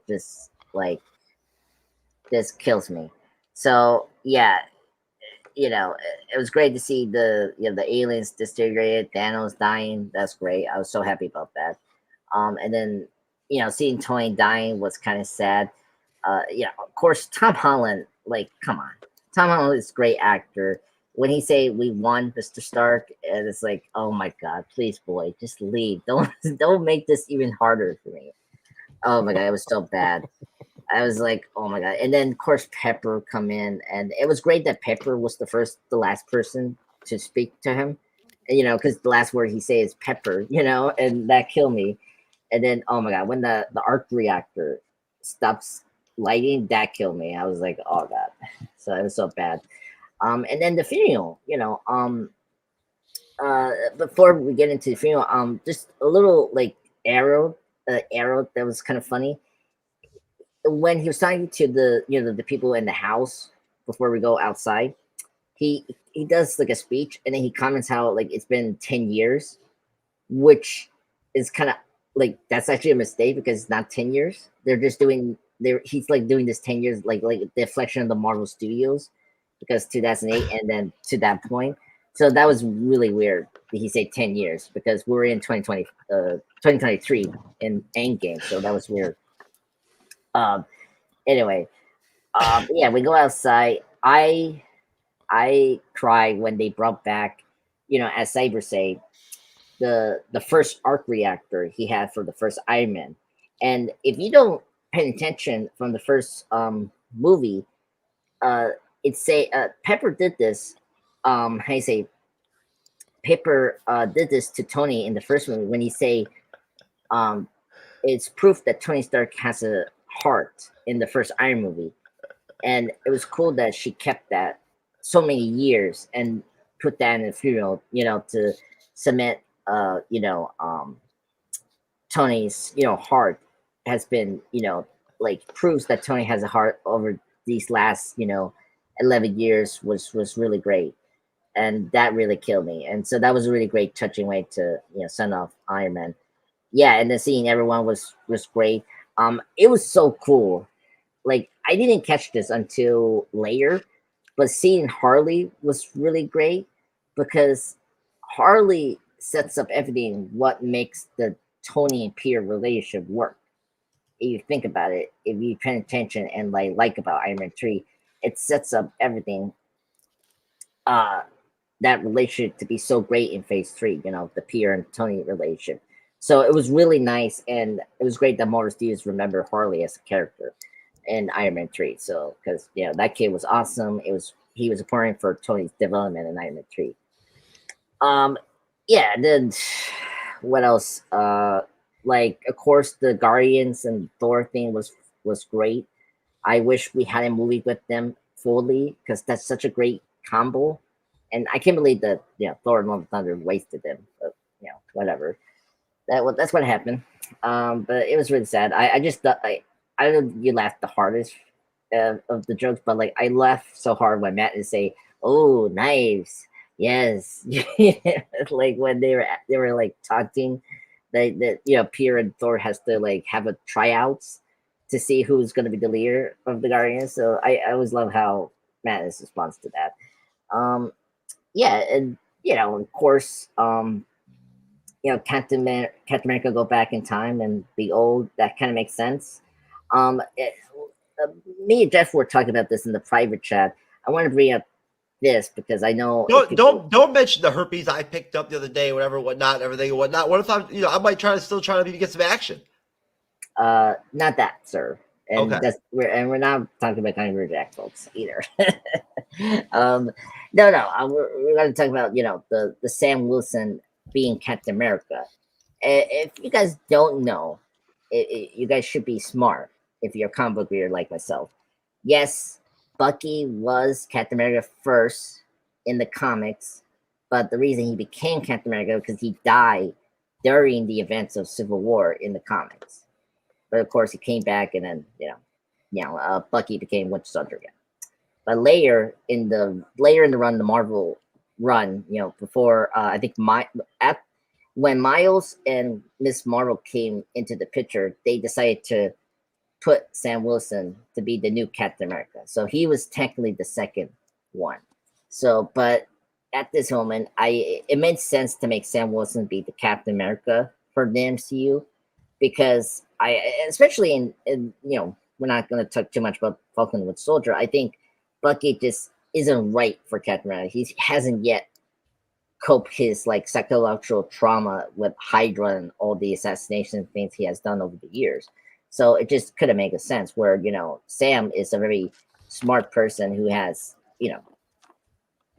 been following Captain America's, rules and like has been inspired by him. And so he was the perfect fit for that, and help Captain America adjust the life of being, out of the past in Winter Soldier. I mean, we talked about the last part, like I brought up, Captain America did the same thing as Sam. He canceled people just like Sam did in Winter Soldier as a vet therapist or something like that. So yeah, and then then we get into the credits. I'm happy that Captain America got got with Peggy because she's awesome. She's beautiful. She's lovely. I love Haley Atwell. She's a great actress. She was great in Mission Impossible: Dead Reckoning Part 1. She has a beautiful body. Just want to bring that up. The top to bottom, sexy as always. Lovely woman. Wait. How is Angela Bassett going to feel about that, sir? Because you are always talking about Angela Bassett. I think she's going to be angry. She's a black woman, so you got to be careful, sir. Well, if you want me to indulge information, I will tell you. So Haley Atwell is our Black Widow in our Timecop dimension. So we have a very mutual relationship. and she was the best maid for Angela Bassett's wedding. Well, our wedding in the Timecop dimension. So just stick with me, Cyber. I'm just giving you the story here of what's going on with the Timecop dimension. So we love Haley Atwell, both me and Angela Bassett, the president of the Timecop dimension. Okay, she's the legit president. Anyway, so we get to the credits. It's awesome. But I find this so stupid. Why is Natalie Portman credited in the like we barely see her in Endgame? I don't get it. It's like it's like, look, I know you want all the stars in the credits. It's like, why? Like, Natalie Portman wasn't in the movie. I just find that so bizarre. Anyway, I just need to bring that up. That's another nitpick I just put up. Yeah, the stars, the 6 main Avengers signing their signature was great. We've seen this before. It's actually the original Star Trek actors did this in their last movie, Star Trek 6, the Undiscovered Country. If you watch that movie, they actually did a similar thing for those 6 original actors. You know, William Shatner, Leonard Nimoy, DeFrost Kelly. So it's actually cool that they did this with the Avengers. So that was really nice. And yeah, that's my opinion on Avengers Endgame. I personally don't like this movie. I don't think it's top tier MCU. What do you mean you don't like the fucking movie? You gave it 10 out of 10 last week. What the fuck you talking about, Andres? Andres, you would be fucking going on here. You would be so I'm shutting this down right this second. Everyone be quiet. If I'm ever be quiet. If I'm ever in a fucking situation where Andres, another word, Andres, and you'll become permanent time cop. For real, dude. Cyber, what did I tell you about this crazy shit on the Monday shows with the flipping, the flapping, and the shit and whatnot? Right? This shit's ridiculous, bro. Wait. 1 minute of the show, he fucking hates the shit. 25 minutes later, it's the best goddamn thing that ever happened, right? I'm like, what the fuck is going on? Well, let me explain. Let me explain this. Last week, I put 8 out of 10 for Endgame, okay? And then... What the fuck? And look, let me explain this. I don't even like it. Avengers Endgame, I like some choices, and I don't like some choices they did. So, like the Black Widow death, and some of the jokes I don't particularly like, you know? So that's all I have to say. So I can move on and we could do our ratings. And Andres, you may be the one person. Move on. You may be the one person who needs to smoke crack to actually get right.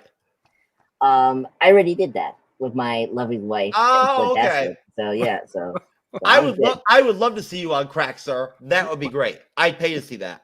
Yes, Facebook user. I do need a lawyer now. And by the way, Facebook user, you're awesome. I love how you brought up the Rapid Con. I'm so guys. Could you imagine? Could you imagine tripping on acid with Timecop? Andreas, I just want to explain something here. He calls himself Rathacon. That's why he's mentioning Rathacon in the comments. Oh, okay. I know who he is. I'm sorry, Rathacon. We met each other before. All right. Yeah. So, thank you, Yo-Yo Man. So you are now officially Yo-Yo Man, Timecop, I think I'm a lord, but aren't. And then you will also become Andreas, the 120-minute rabbi. He's outsmarting us, Cyber. He's outsmarting us, bro, because he's getting to the point where he's going to have so many fucking goddamn names or titles where we won't be able to go any farther. Yeah. We're gonna have to come up with some other names for Matt just to compensate. The Aussie Man, or Kangaroo Jack Man. I don't know. I don't wish we had the clip from fucking us reviewing Ant-Man and the Wasp where he starts the show right off and he's like, I hate this fucking movie or whatever the fuck. I'm like, what the fuck? I'm sure you can find that. He's like, this is the second worst MCU film ever. Hey, it wasn't bad as Thor: The Dark World, I'd say, folks. Don't listen to Jeff. Okay? Oh, for fuck's sake! You're comparing it to that now. That's what I'm saying. Can you believe that shit? What the fuck? Yo-Yo. That's a solid fucking movie. Okay, I try to remember. It was like third worst after Iron Man 2 and. Oh, you and, loved it in the review. You loved it once we started getting into it, whatnot, everything. I knew you would, but you were all about it. No, because all three of us, Cyber, me, and you, read out the trails, making that episode into a 3-hour thing, man. That was it. Then he forgot and remembered that he fucking talked all that shit, so he had to drop like a 6 on it or whatever. Yes. Okay, so Andres is now Yo-Yo Ma, like the musician, because you know he's a really great musician. I think he's considered world renowned, from my understanding. But yeah, Andres, you're now Yo-Yo Ma, along with 120-Minute Man. Oh my God. So yeah, you know that's just how it is. Anyways, yeah, there go people. Yo-Yo Ma, American cellist. So I'm a cellist? This is cool. Child prodigy. Wow, I was born on October 7, 1955. That's awesome. That's actually You're looking good. You're looking good. Hey, Cyber, that actually lines up with what he told us from Jump, that he was born in fucking Right. 40s and 50s. Whatever. There you go. It's all there. Thanks, Matt. Yep. Matt, you just actually validated Andres' actual initial shit. Yeah. Yes, folks. Matt discovered who I am for real. All right. Thank you, sir. Thank you. All right. Enough from Andres. Jesus Christ. Anyways. All right. So, because you were so fucking long, Andres, I can't remember who is gone. I think Jeff is left, correct? I've only got 1 minute and 37 seconds left. No matter what, I'm fucked. I mean, yeah. Seriously, dude, the same exact fucking time. That's exactly how much long I lasted having sex last time I had sex. This exactly, right? All right, sir. Which was my best time ever. So, Jeffrey, it's time for your thoughts, sir, on the conclusion of the film. Well, first of all, what's up, Jassim? I apologize, sir, that I got thrown off earlier. I didn't send you those links, but I will. You better have watched that What If trailer and that goddamn Echo trailer so you can get on the fucking panel, baby, and get in the fucking game. What's up? Let's do it, baby. Let's do it. Let's get it. Anyways, all right. So, great job. Great thoughts, guys, leading up to me. I appreciate it. Way to get me all jacked up. But, basically, honestly, Andres, I wouldn't want Black Widow in that fucking moment of Endgame, to tell you the truth. She doesn't need to, she's above that shit, right? She's a part of the MCU to where she doesn't need to be in that group like that, right? They don't disrespect her character, I think. Because literally, her impact on the MCU, at least on the Infinity Saga part, overall is probably bigger than all of those actresses combined, literally, without question.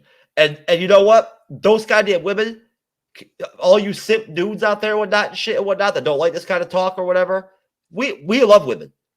Y'all a bunch of bitches and pussies and shit, whatnot. I run into you. They're the motherfuckers I run into on Twitter X and report me, right? Because you're scared of me just because of how I text and shit and whatnot behind your screen. Calling me names, calling me a chauvinist and shit, whatnot. Just sound like She-Hulk bullshit. Sorry, Matthew. The MCU officially died when the best male character of She-Hulk was a goddamn fucking gay bottom guy, right? You know what I'm saying? And then Daredevil did the fucking walk of shame. That was it, bro. That was the death, bro. Oh, and then fucking George Costanza popped up too in the finale. I mean, come on, bro. It's one thing to throw the alien, the Predator, right, and fucking Power Rangers into some shit, but you can't be having fucking George Costanza in there in the MCU, right? Only Julie Louis-Dreyfus. But no, basically, I agree with Matt. The Captain Marvel against Thanos fight, I have no problem with. I really don't have that much of a problem with Captain Marvel overall. Captain Marvel, the first film, just sucks so bad. Right? And Brie Larson as Captain Marvel is so easily made fun of that I just jumped on that shit because it's easy to fucking make fun of it. It's that simple. I'm lazy with my humor. I'm not willing to put the time in So like I had to go for the easy shit, and like there you go. God, I remember one time I actually fucking read an article. We talked about an article one time where some writer for some publication had Captain Marvel the top 3 top MCU films. There you go, folks. Anyways, that Captain Marvel was actually solid in this. She's not bad, right? You know, and basically, I think it's literally fucking. It's not the best trailer out of the trailers, but that scene where the big 3 swoop in on Thanos, and you see him sitting there. Holy fuck, man! Like that trailer when that came out, it was quick. It's like 1 minute long, you know, which was my second best record in the bedroom until after I smashed that shit by 37 seconds. Big jump, right? There you go, baby. But either way, no, that shit is just awesome, bro. I watched it today again for the first time. Like, talk about a buildup, man. Like, you know, the big 3 step into Thanos again, bro. Like, together. I love their camaraderie in that scene, right? I love it. I love fucking, you know, I mean, I don't know how they survived still, but you know what I'm saying? But I love it how it's the 3 of them there, right?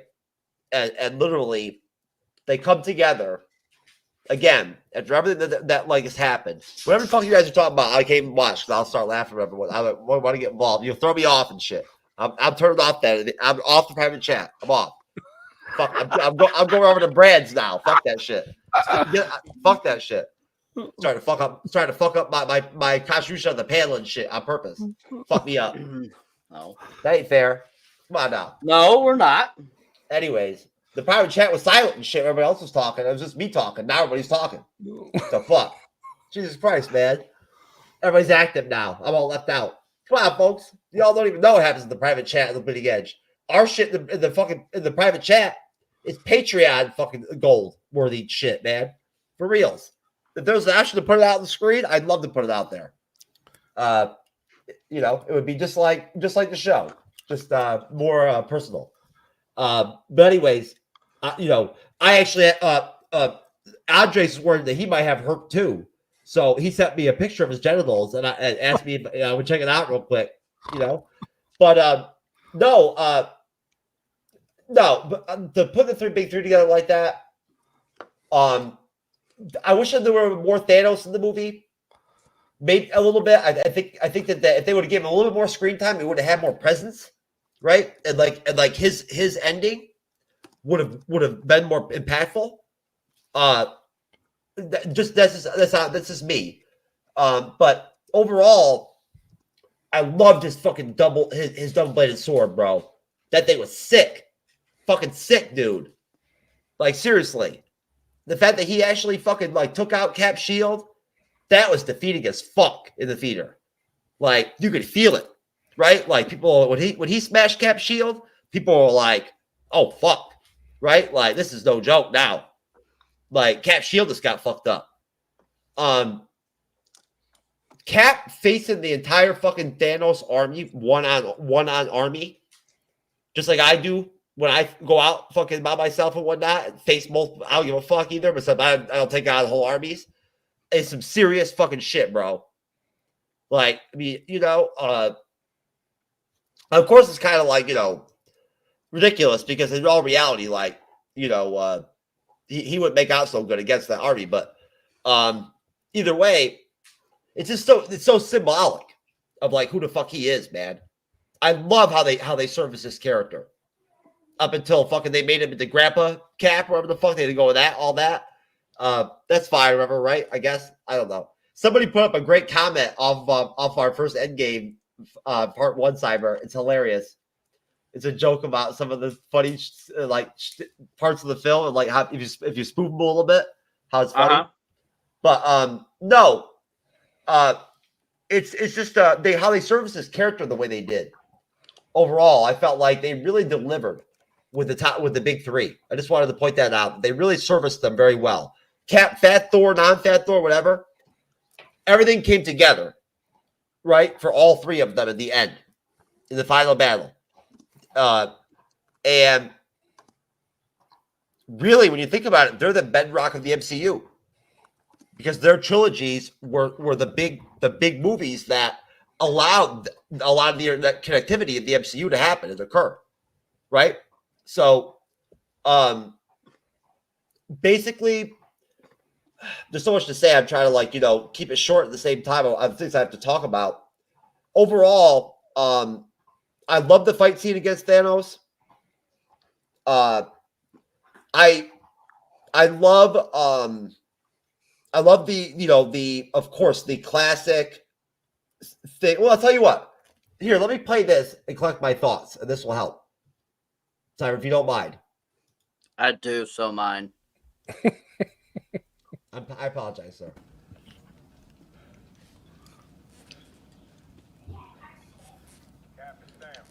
I say hotness, Jeff Cyber. Okay, I just don't say that. You motherfucker. Well, as I'm looking at it, it says jotness, so that's not hotness.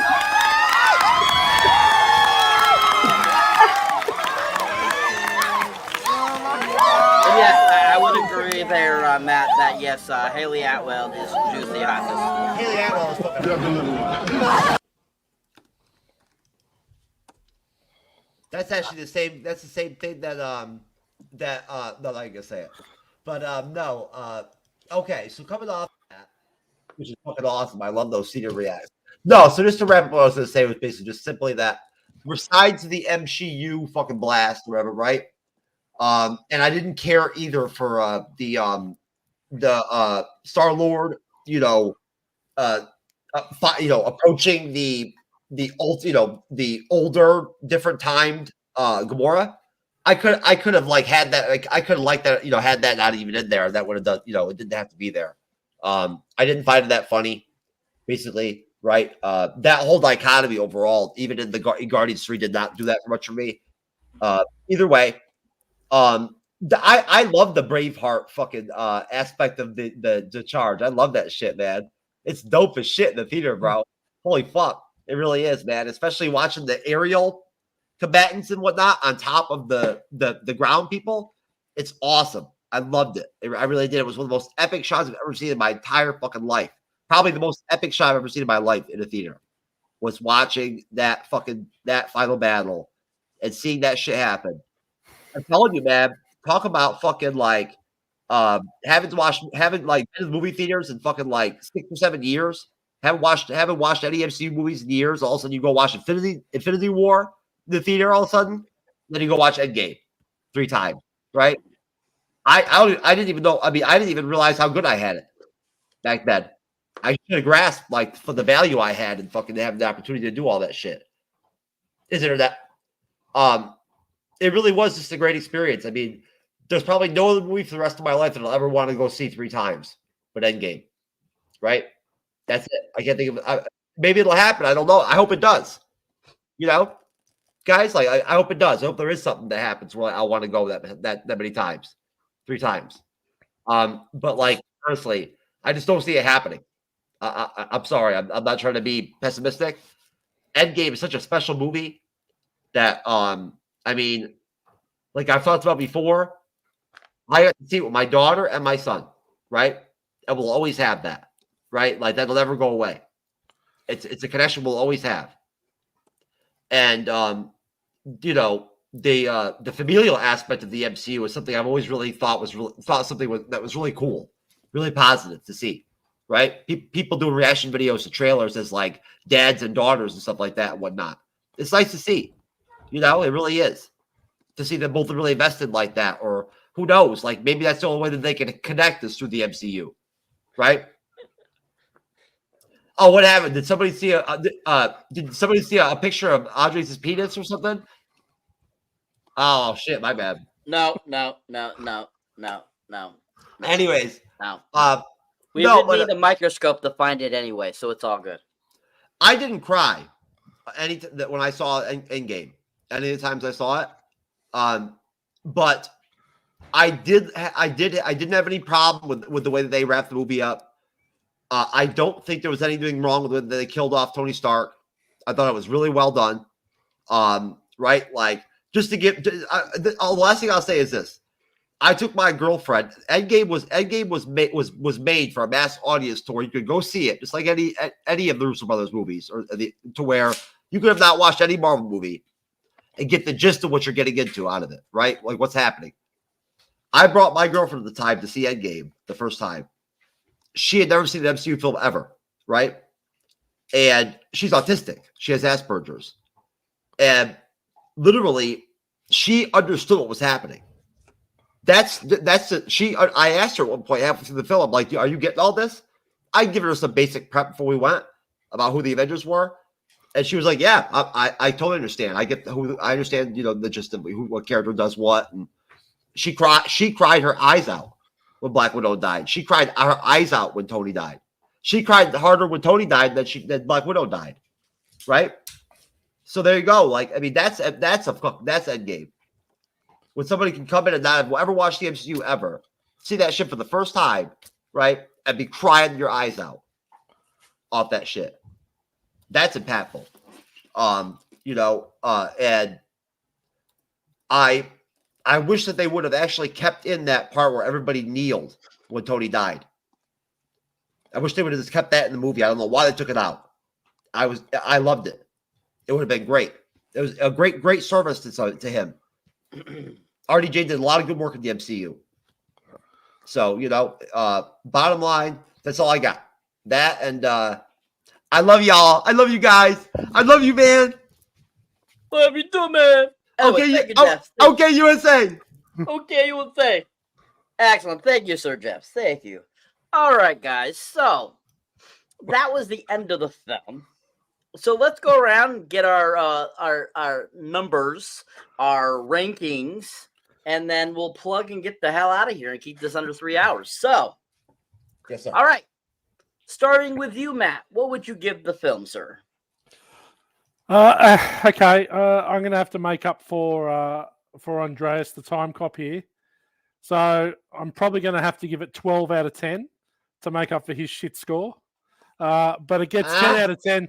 It's a 10 for me. I love this movie. I think it gets 10 white vision penises. And it is an amazing piece of cinema that is one of the best cinema experiences I've had. So gets a 10 for me. That's it. Excellent. Thank you, sir. I'd give it a solid 10 as well. The Fat Thor had me. I got it as soon as he popped up. I had to give it a 10. Plus all the great one-liners in this freaking film, like when they're first trying to do time travel, and he's like, and Bruce is like, time travel. That was absolutely freaking hilarious when they were pushing time through Scott. Absolute perfection of a scene. That was a 10 for me. So even with the fact that I disagree with killing off Tony, because I really think that Tony, they should have kept him around. Because I think that, just like everyone said, those main 6 Avengers really were the MCU, and people loved them, and that's what kept bringing them back.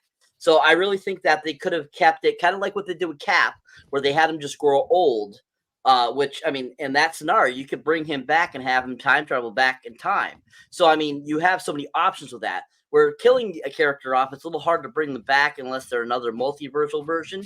Other than that, like, still, I think that all in all, I give it a 10. And I'll even give it a few more because of Andreas too. I'll give it a 14 just to help it out.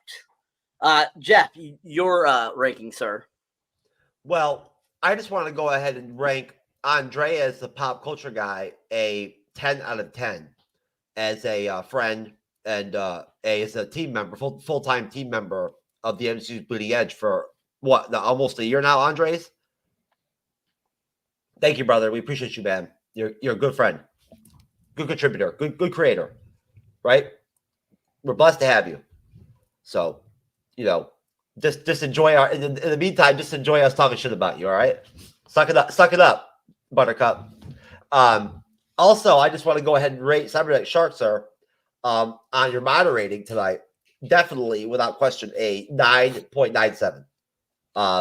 Right, you could have talked a little bit more shit to Andres, and I would have given you a full 10. But I know you're a nicer guy than I am, so I understand, right? Well, let me make up for it right now. Maybe I'll get that 3 points. Fuck you, Andres, you motherfucking asshole. 12 out of 10. Yeah, but see, Thank you. Cyber, you sound nice when you say that. Can't help it. You're a nice guy, man. Anyways, the movie's a 10 out of 10. It's a goddamn cinematic masterpiece. So, yeah, I mean, like, literally, you like having a conversation about this movie's flaws is a short one, right? And like, you really got to dig deep. I'm serious. I don't really care. It's a 10 out of 10, and like, honestly, epic, just something that I hope that I hope to God that I live long enough to be like 30 or 40, 50 years from now, and I can find out how it's viewed then, right? To that prism. It's interesting to me to imagine that. What time will do to the MCU in general, right? How it will stand in terms of overall cinema. We know what kind of impact it's had on cinema currently or previously. What's going to come out of it? It's going to be interesting, right? We're seeing a swing already with Oppenheimer, Barbie, whatever. It'll be interesting to see down the road how this stuff is looked at. But no, 10 out of 10, and the Russo brothers deserve a 10 out of 10. Directed fucking literally some of the best, most fucking like bomb ass MCU films ever, and just killed all of them, right? And they earned their opportunity to direct Endgame and Infinity War. They earned that shit. So props to them, man. I have hella respect for the Russo brothers. Hella respect.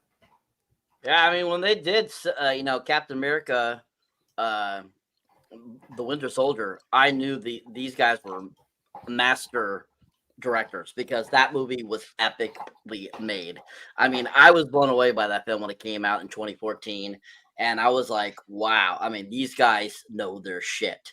That might be the best MCU film. It might be the best one, honestly. And so, yeah, I mean, the fact that we got them to direct the last two Captain Americas and then the last two Avengers. I mean, I think that's the reason why all four of those films were so great, is because just their ingenuity at directing was just perfection. It really was. I mean, they knew exactly how much action to put in it, how much humor. Like, they had everything really well out. And we can't forget the writers, Stephen McFeely and both of them. Their writing also brought these to life. So, yeah, hands down to the Russos. They did an amazing job with, the last decade of, MCU. All right, am I on, sir? Yes, you are. So that's it, folks. That's our review, our second part of Avengers Endgame. I'll push it over to Mr. TrueKnowledge, and he'll send us off. All right, fabulous. Fun time, baby. All right. Wait, I need to rate mine. Who is this? Do we skip you, Andres? Yeah. Wow. We already know what you're gonna say. You're gonna go yo-yoing, going 5, a 0, a 7, a 10. I'm sorry, brother. I'm sorry. Please go ahead and do your rating, Andres. Oh, now I feel a little sick now. No, take your time. I had a speech, I have a speech. Give your speech, sir. We've always got time for you. Okay, all right. Well, this is appropriate for me and my situation with these three lovely gentlemen. To be and not to be. To be. That's the question. So, so let me. You just write that then. No, I've never heard that before. That was goddamn epic, bro. Yes. Was that Shakespeare? It was. It was. Yeah. Yep. It was Timecop. Timecop. Yep. Timecop just used Shakespeare. Yeah. Time Spear. It's Time Spear. Oh yeah, it's Time Spear. Yeah. The man said he had a speech. Okay. I had to say that. I know William Shakespeare for real. But anyway. Jesus Christ. I'm sorry. Anyway, I will give this a 8.5 out of 10. I will give it that respectable time. I'm sorry, folks. I will give this one thing. This is the best conclusion to a 21 film arc ever. they pay off very well in the characters I like Iron Man and Captain America. But it had some flaws that I disagree, and I don't care. These gents have their opinions. I have my opinion, respected. Or whatever. I don't care. I dislike what they did with Hulk. I love Hulk as one of my other favorite characters in Marvel, and they just did him dirty. And same thing with Thor, but I agree with Cyber. It was funny at times, but I just think you don't have to do it. But anyway, that's all I have to say. Yeah, that's it. It's 8.5 out of 10. But I also want to give it, just like everyone's been saying, I will give this a 20 out of 10 Andrea's hate. The fact that you guys put a high after me makes me so tear in my eye right now and crying inside my soul. I would give this a 20 out of 10 for real. So anyway, so officially 8.5 out of 10, but actually it's 20 out of 10. So make it this screwing around with these two gentlemen. Anyway, that's it. Have a nice day, folks. I'm excited to do plugs about that. Crying in your soul. That requires a soul, sir. And for my understanding, in Timecop land, there's no souls anymore. Oh, there is a soul. I mean, Nicole Kidman is my soul, actually. She's my soul stone. If I have to So you're a woman when you're not on the show? Is that what you're telling us? No. If I was... You said your woman was a soul. Like, metaphorically, my love. My love. I believe they don't have metaphors in Timecop land either. That's what they told me. Okay. That's what Angela Bassett told me. Oh, really? How do you know Angela Bassett? I know Angela We're good Bassett. friends. Oh, really? Good friends. I met her in Wakanda when Chadwick Boseman was still alive. Me and him were bros. I'm done. Jeff, put the plugs down. It's gonna be too much. No problem, sir. I'm a big fan of plugs, especially the ones that go in your butt, right? Those are my favorite ones. Yeah. Yep. He's probably has one right now. I'm all about him. Yeah. That's what I do with that. Especially when Nicole Kidman has a soul. That's what I do. My ex-girlfriend was the one for me, man. When she sent me that picture with the butt plug in her ass, bro, I was like, oh yeah, baby, I'm all in. Let's do it. You're my kind of girl. Butt plug? Yeah, you're my kind of girl. And she wore it well, too. You know what I'm saying? Gotta love it. She was one of that types that would just wear that bitch all day. Right? You know what I'm saying? Like, rock it. Good for her. We got to give props to Matt for being so good tonight on his level of genius. Of his quips with everyone has been perfection. Good Cyber, I second that. Thank you. I appreciate I second that. Sir, I second that. That's why he's going to go first on plugs. I'm going to start off with the YouTube channel, and I've got the podcast.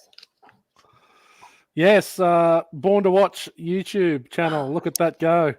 I think that YouTube have gotten a little upset at my reusing of content. You eating off Frank Duke's motherfucker? I think I'm big time, but I think they've decided they're just going to rein me in a little bit. So I've had a rough last week, but 2024 is going to be all original content. We just released Pulp Fiction on all podcast platforms, and the episode will be on YouTube tonight. So that was fun. I got it. So that'll be a lot of fun. What do you got? Go ahead. Yep. So we're having Pulp Fiction. It was awesome. Had a friend in from New Zealand, which was nice, and really ripped into what could be Quentin Tarantino's best movie. So it was cool. Plenty more coming. So get on. Born to Watch. Most definitely. The first time I watched Pulp Fiction was on pay-per-view back in 1994 when it first came out, and I watched it with this girl I knew that was a couple years older than me. But she ended up ordering it on her pay-per-view because her parents didn't care. And we ended up watching together. And I remember just sitting there watching it going, what the hell did I just watch? And then I recall watching it, a few years later and going, okay, I understand it better now. I wasn't distracted either. So I was like, oh, okay, this is this is a far better movie than I remember. But I just remember all the one thing about that film I always cracked up at was I felt there was so much gay overtone in that film, especially with like Bruce Willis' character and Peter Green's character. And I just remember going, why did Tarantino go so gay there? I was like, I just didn't get it. But otherwise, yeah, great film. Great film. We got to do it, man, because honestly, I haven't watched it since I was a kid. I have no idea what it's even like to watch as an adult. Yeah, it's incredible. It's an amazing film. Very far different. You understand so much more. Yeah, it's very layered. It's excellent. We had a lot of fun. No, that's exciting. I'm glad that was brought up early. Yeah, and honestly, folks, I've caught more to watch.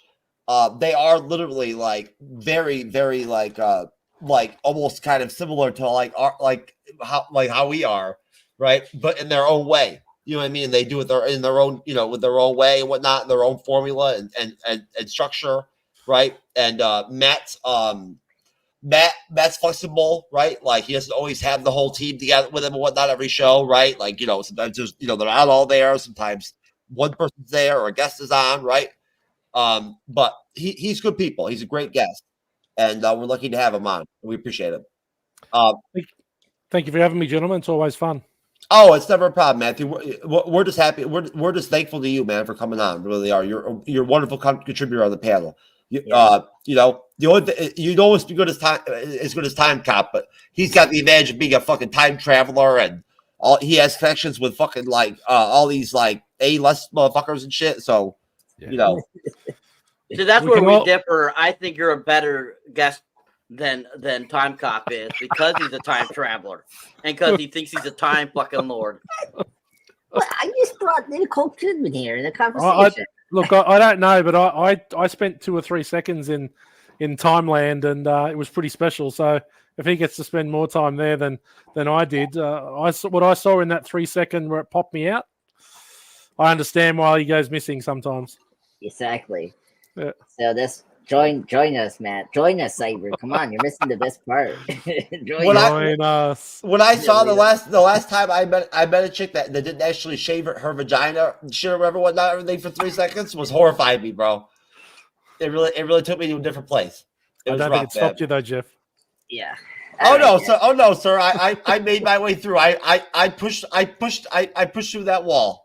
Right. It was like that. It was like the scene in Scary Movie when Anna Faris gets her pants pulled down, and what's his name has to go with the chainsaw. It was like that.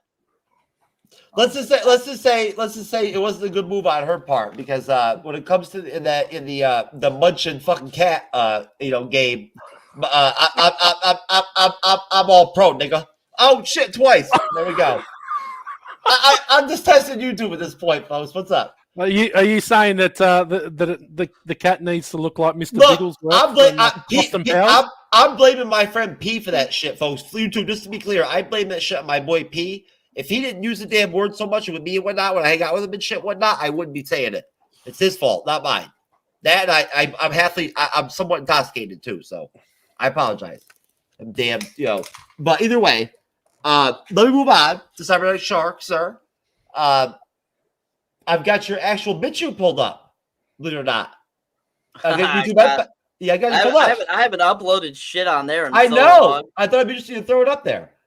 But anyways, yeah, if you like me as the moderator or on the panel here, you can definitely check out my solo content. You can find me under Cyberneticshark on most platforms, especially YouTube is my main area. You can find me on BitChute 2. You can find me on TikTok. You can find me on Instagram, Facebook, X, pretty much anywhere. But I see there my most recent review is The Hunger Games, The Ballad of Songbirds and Snakes. Definitely go check that out review if you have not seen it. Really a very good movie, actually. I was really surprised. And very, very well done. Francis Lawrence directed it, who directed Constantine from 2005.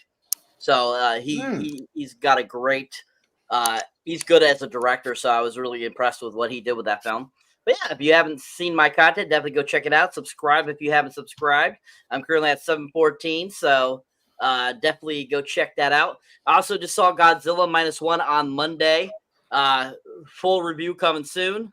Fantastic film, people. If you have not seen it, I'm envious. I gotta go see it. I have to go see it. I really want to go. I've almost went like twice. Everybody who's told me that they've seen it says it's really great. It's very story driven. It's not just kaiju action. Really great story. Great acting by the Japanese actors. But yeah, I mean, even for it being a Toho film, they still kind of keep that 70s vibe with the animatronics and the CGI, I should say, of Godzilla. But I mean, he looks like how he looks in the Warner Brothers universe. He does look very similar to that. But definitely the director, who was a big fan of the 70s films, definitely made him act like the costumes did back in the 70s, which was really funny to see. But yeah, great movie. Yeah, it's nice to see all these good movies coming out. It's positive. Andreas, the Pop Culture Guy channel presents. Yes. Hello, everyone. My name is Andreas Pop Culture Guy. You see here, this is my channel, Andreas Pop Culture Guy channel presents, up to 859 subscribers. I recently posted my 10th anniversary on a spectacular film, Her, starring Joaquin Phoenix. Check that out. Tomorrow, I will post a Avengers 60th anniversary, and then some Christmas-related content, but I cannot tell you guys soon. But yeah, no live stream this week because of the 24th is Christmas Eve. So, but yeah. So that's what happened. I want to thank everyone for joining us for this community. This is the best live stream ever. I lost my voice now. I have a heart attack soon, but I want to thank you guys for supporting me and Cyber and Matt. Please help us, all of us, reach that huge mark towards the end of 2023. Come on, we're almost there. So thank you, everyone. It's been a great night. I was thinking, Andres, you might have to change the name of your channel to, instead of the Pop Culture Guy, you're gonna have to call it Timecop Guy Culture. So Time Guy. Oh my God. The Timecop is a secret identity. Okay. Andreas Fogo, the guy, is actually me. If you started a YouTube channel under Timecop and shit, whatnot, and made content on it, I would pull it up during the shows and shit. It'd be fucking hilarious. Oh my God! All right. I'll think about it. I'll think about towards the end of the month, and then I was like, "Hey, Jeff, I did it." Oh my God! All right, folks. Wait, what do you got, Andres? Wait. You can pull up the Peacock and you can show the audience that I have the profile Timecop, and I have a picture of myself. That's right, you do, sir. You actually, it's almost like having an ID or whatever that you are to the Timecop, without question. Folks, we love all of you. Thank you for supporting the shit out of the MCU'S Bleeding Edge, right? We appreciate all of you. And please support everybody that's out there on the show and whatnot. We're all tired. Some of us are somewhat intoxicated, and some of us are hungry. So, right, we'll see y'all later. We have a awesome, exciting show coming up on Friday. We're doing What If, episode 1 and 2. I believe Cyber and I are going to split moderation, right, if I remember correctly. Or if we haven't talked about it, I think it sounds like a fun idea. Cyber, we can talk about it. Yeah, well, unfortunately, what happened is I was incorrect. Only the first episode does drop on the. Oh, on okay, that's fine. No, that's fine. So they'll just set us up for that's what I thought was going to happen at first. Because I thought I had seen a post saying it was being pushed up to a day, so thinking that it was going to drop 1 and 2 together, but I was wrong. I was like, oh, I guess I read that wrong. So yeah, so it's only 1 episode that's popping up on Friday. Well, what do you call it? We'll just follow the rotation then and whatnot, everything, and then we'll figure out. We'll split moderation and whatnot when we get to the double episode reviews after that. Yeah. So we'll have 4 shows where we'll have 2 episodes. So we'll have episode 1 on Friday, folks. It should be fun. We enjoyed What If season 1. I'm optimistic season 2 might even be a little bit better. They've got some characters in there and whatnot that we didn't get to see in season 1 that much. But again, thanks for everybody that was on the show. God bless all of you. Right? Keep on pushing it. It's almost Friday. And we'll see you next time. Laters. If I gotta do it, I'ma do the most. You say pay to see a show. Got the South overflow.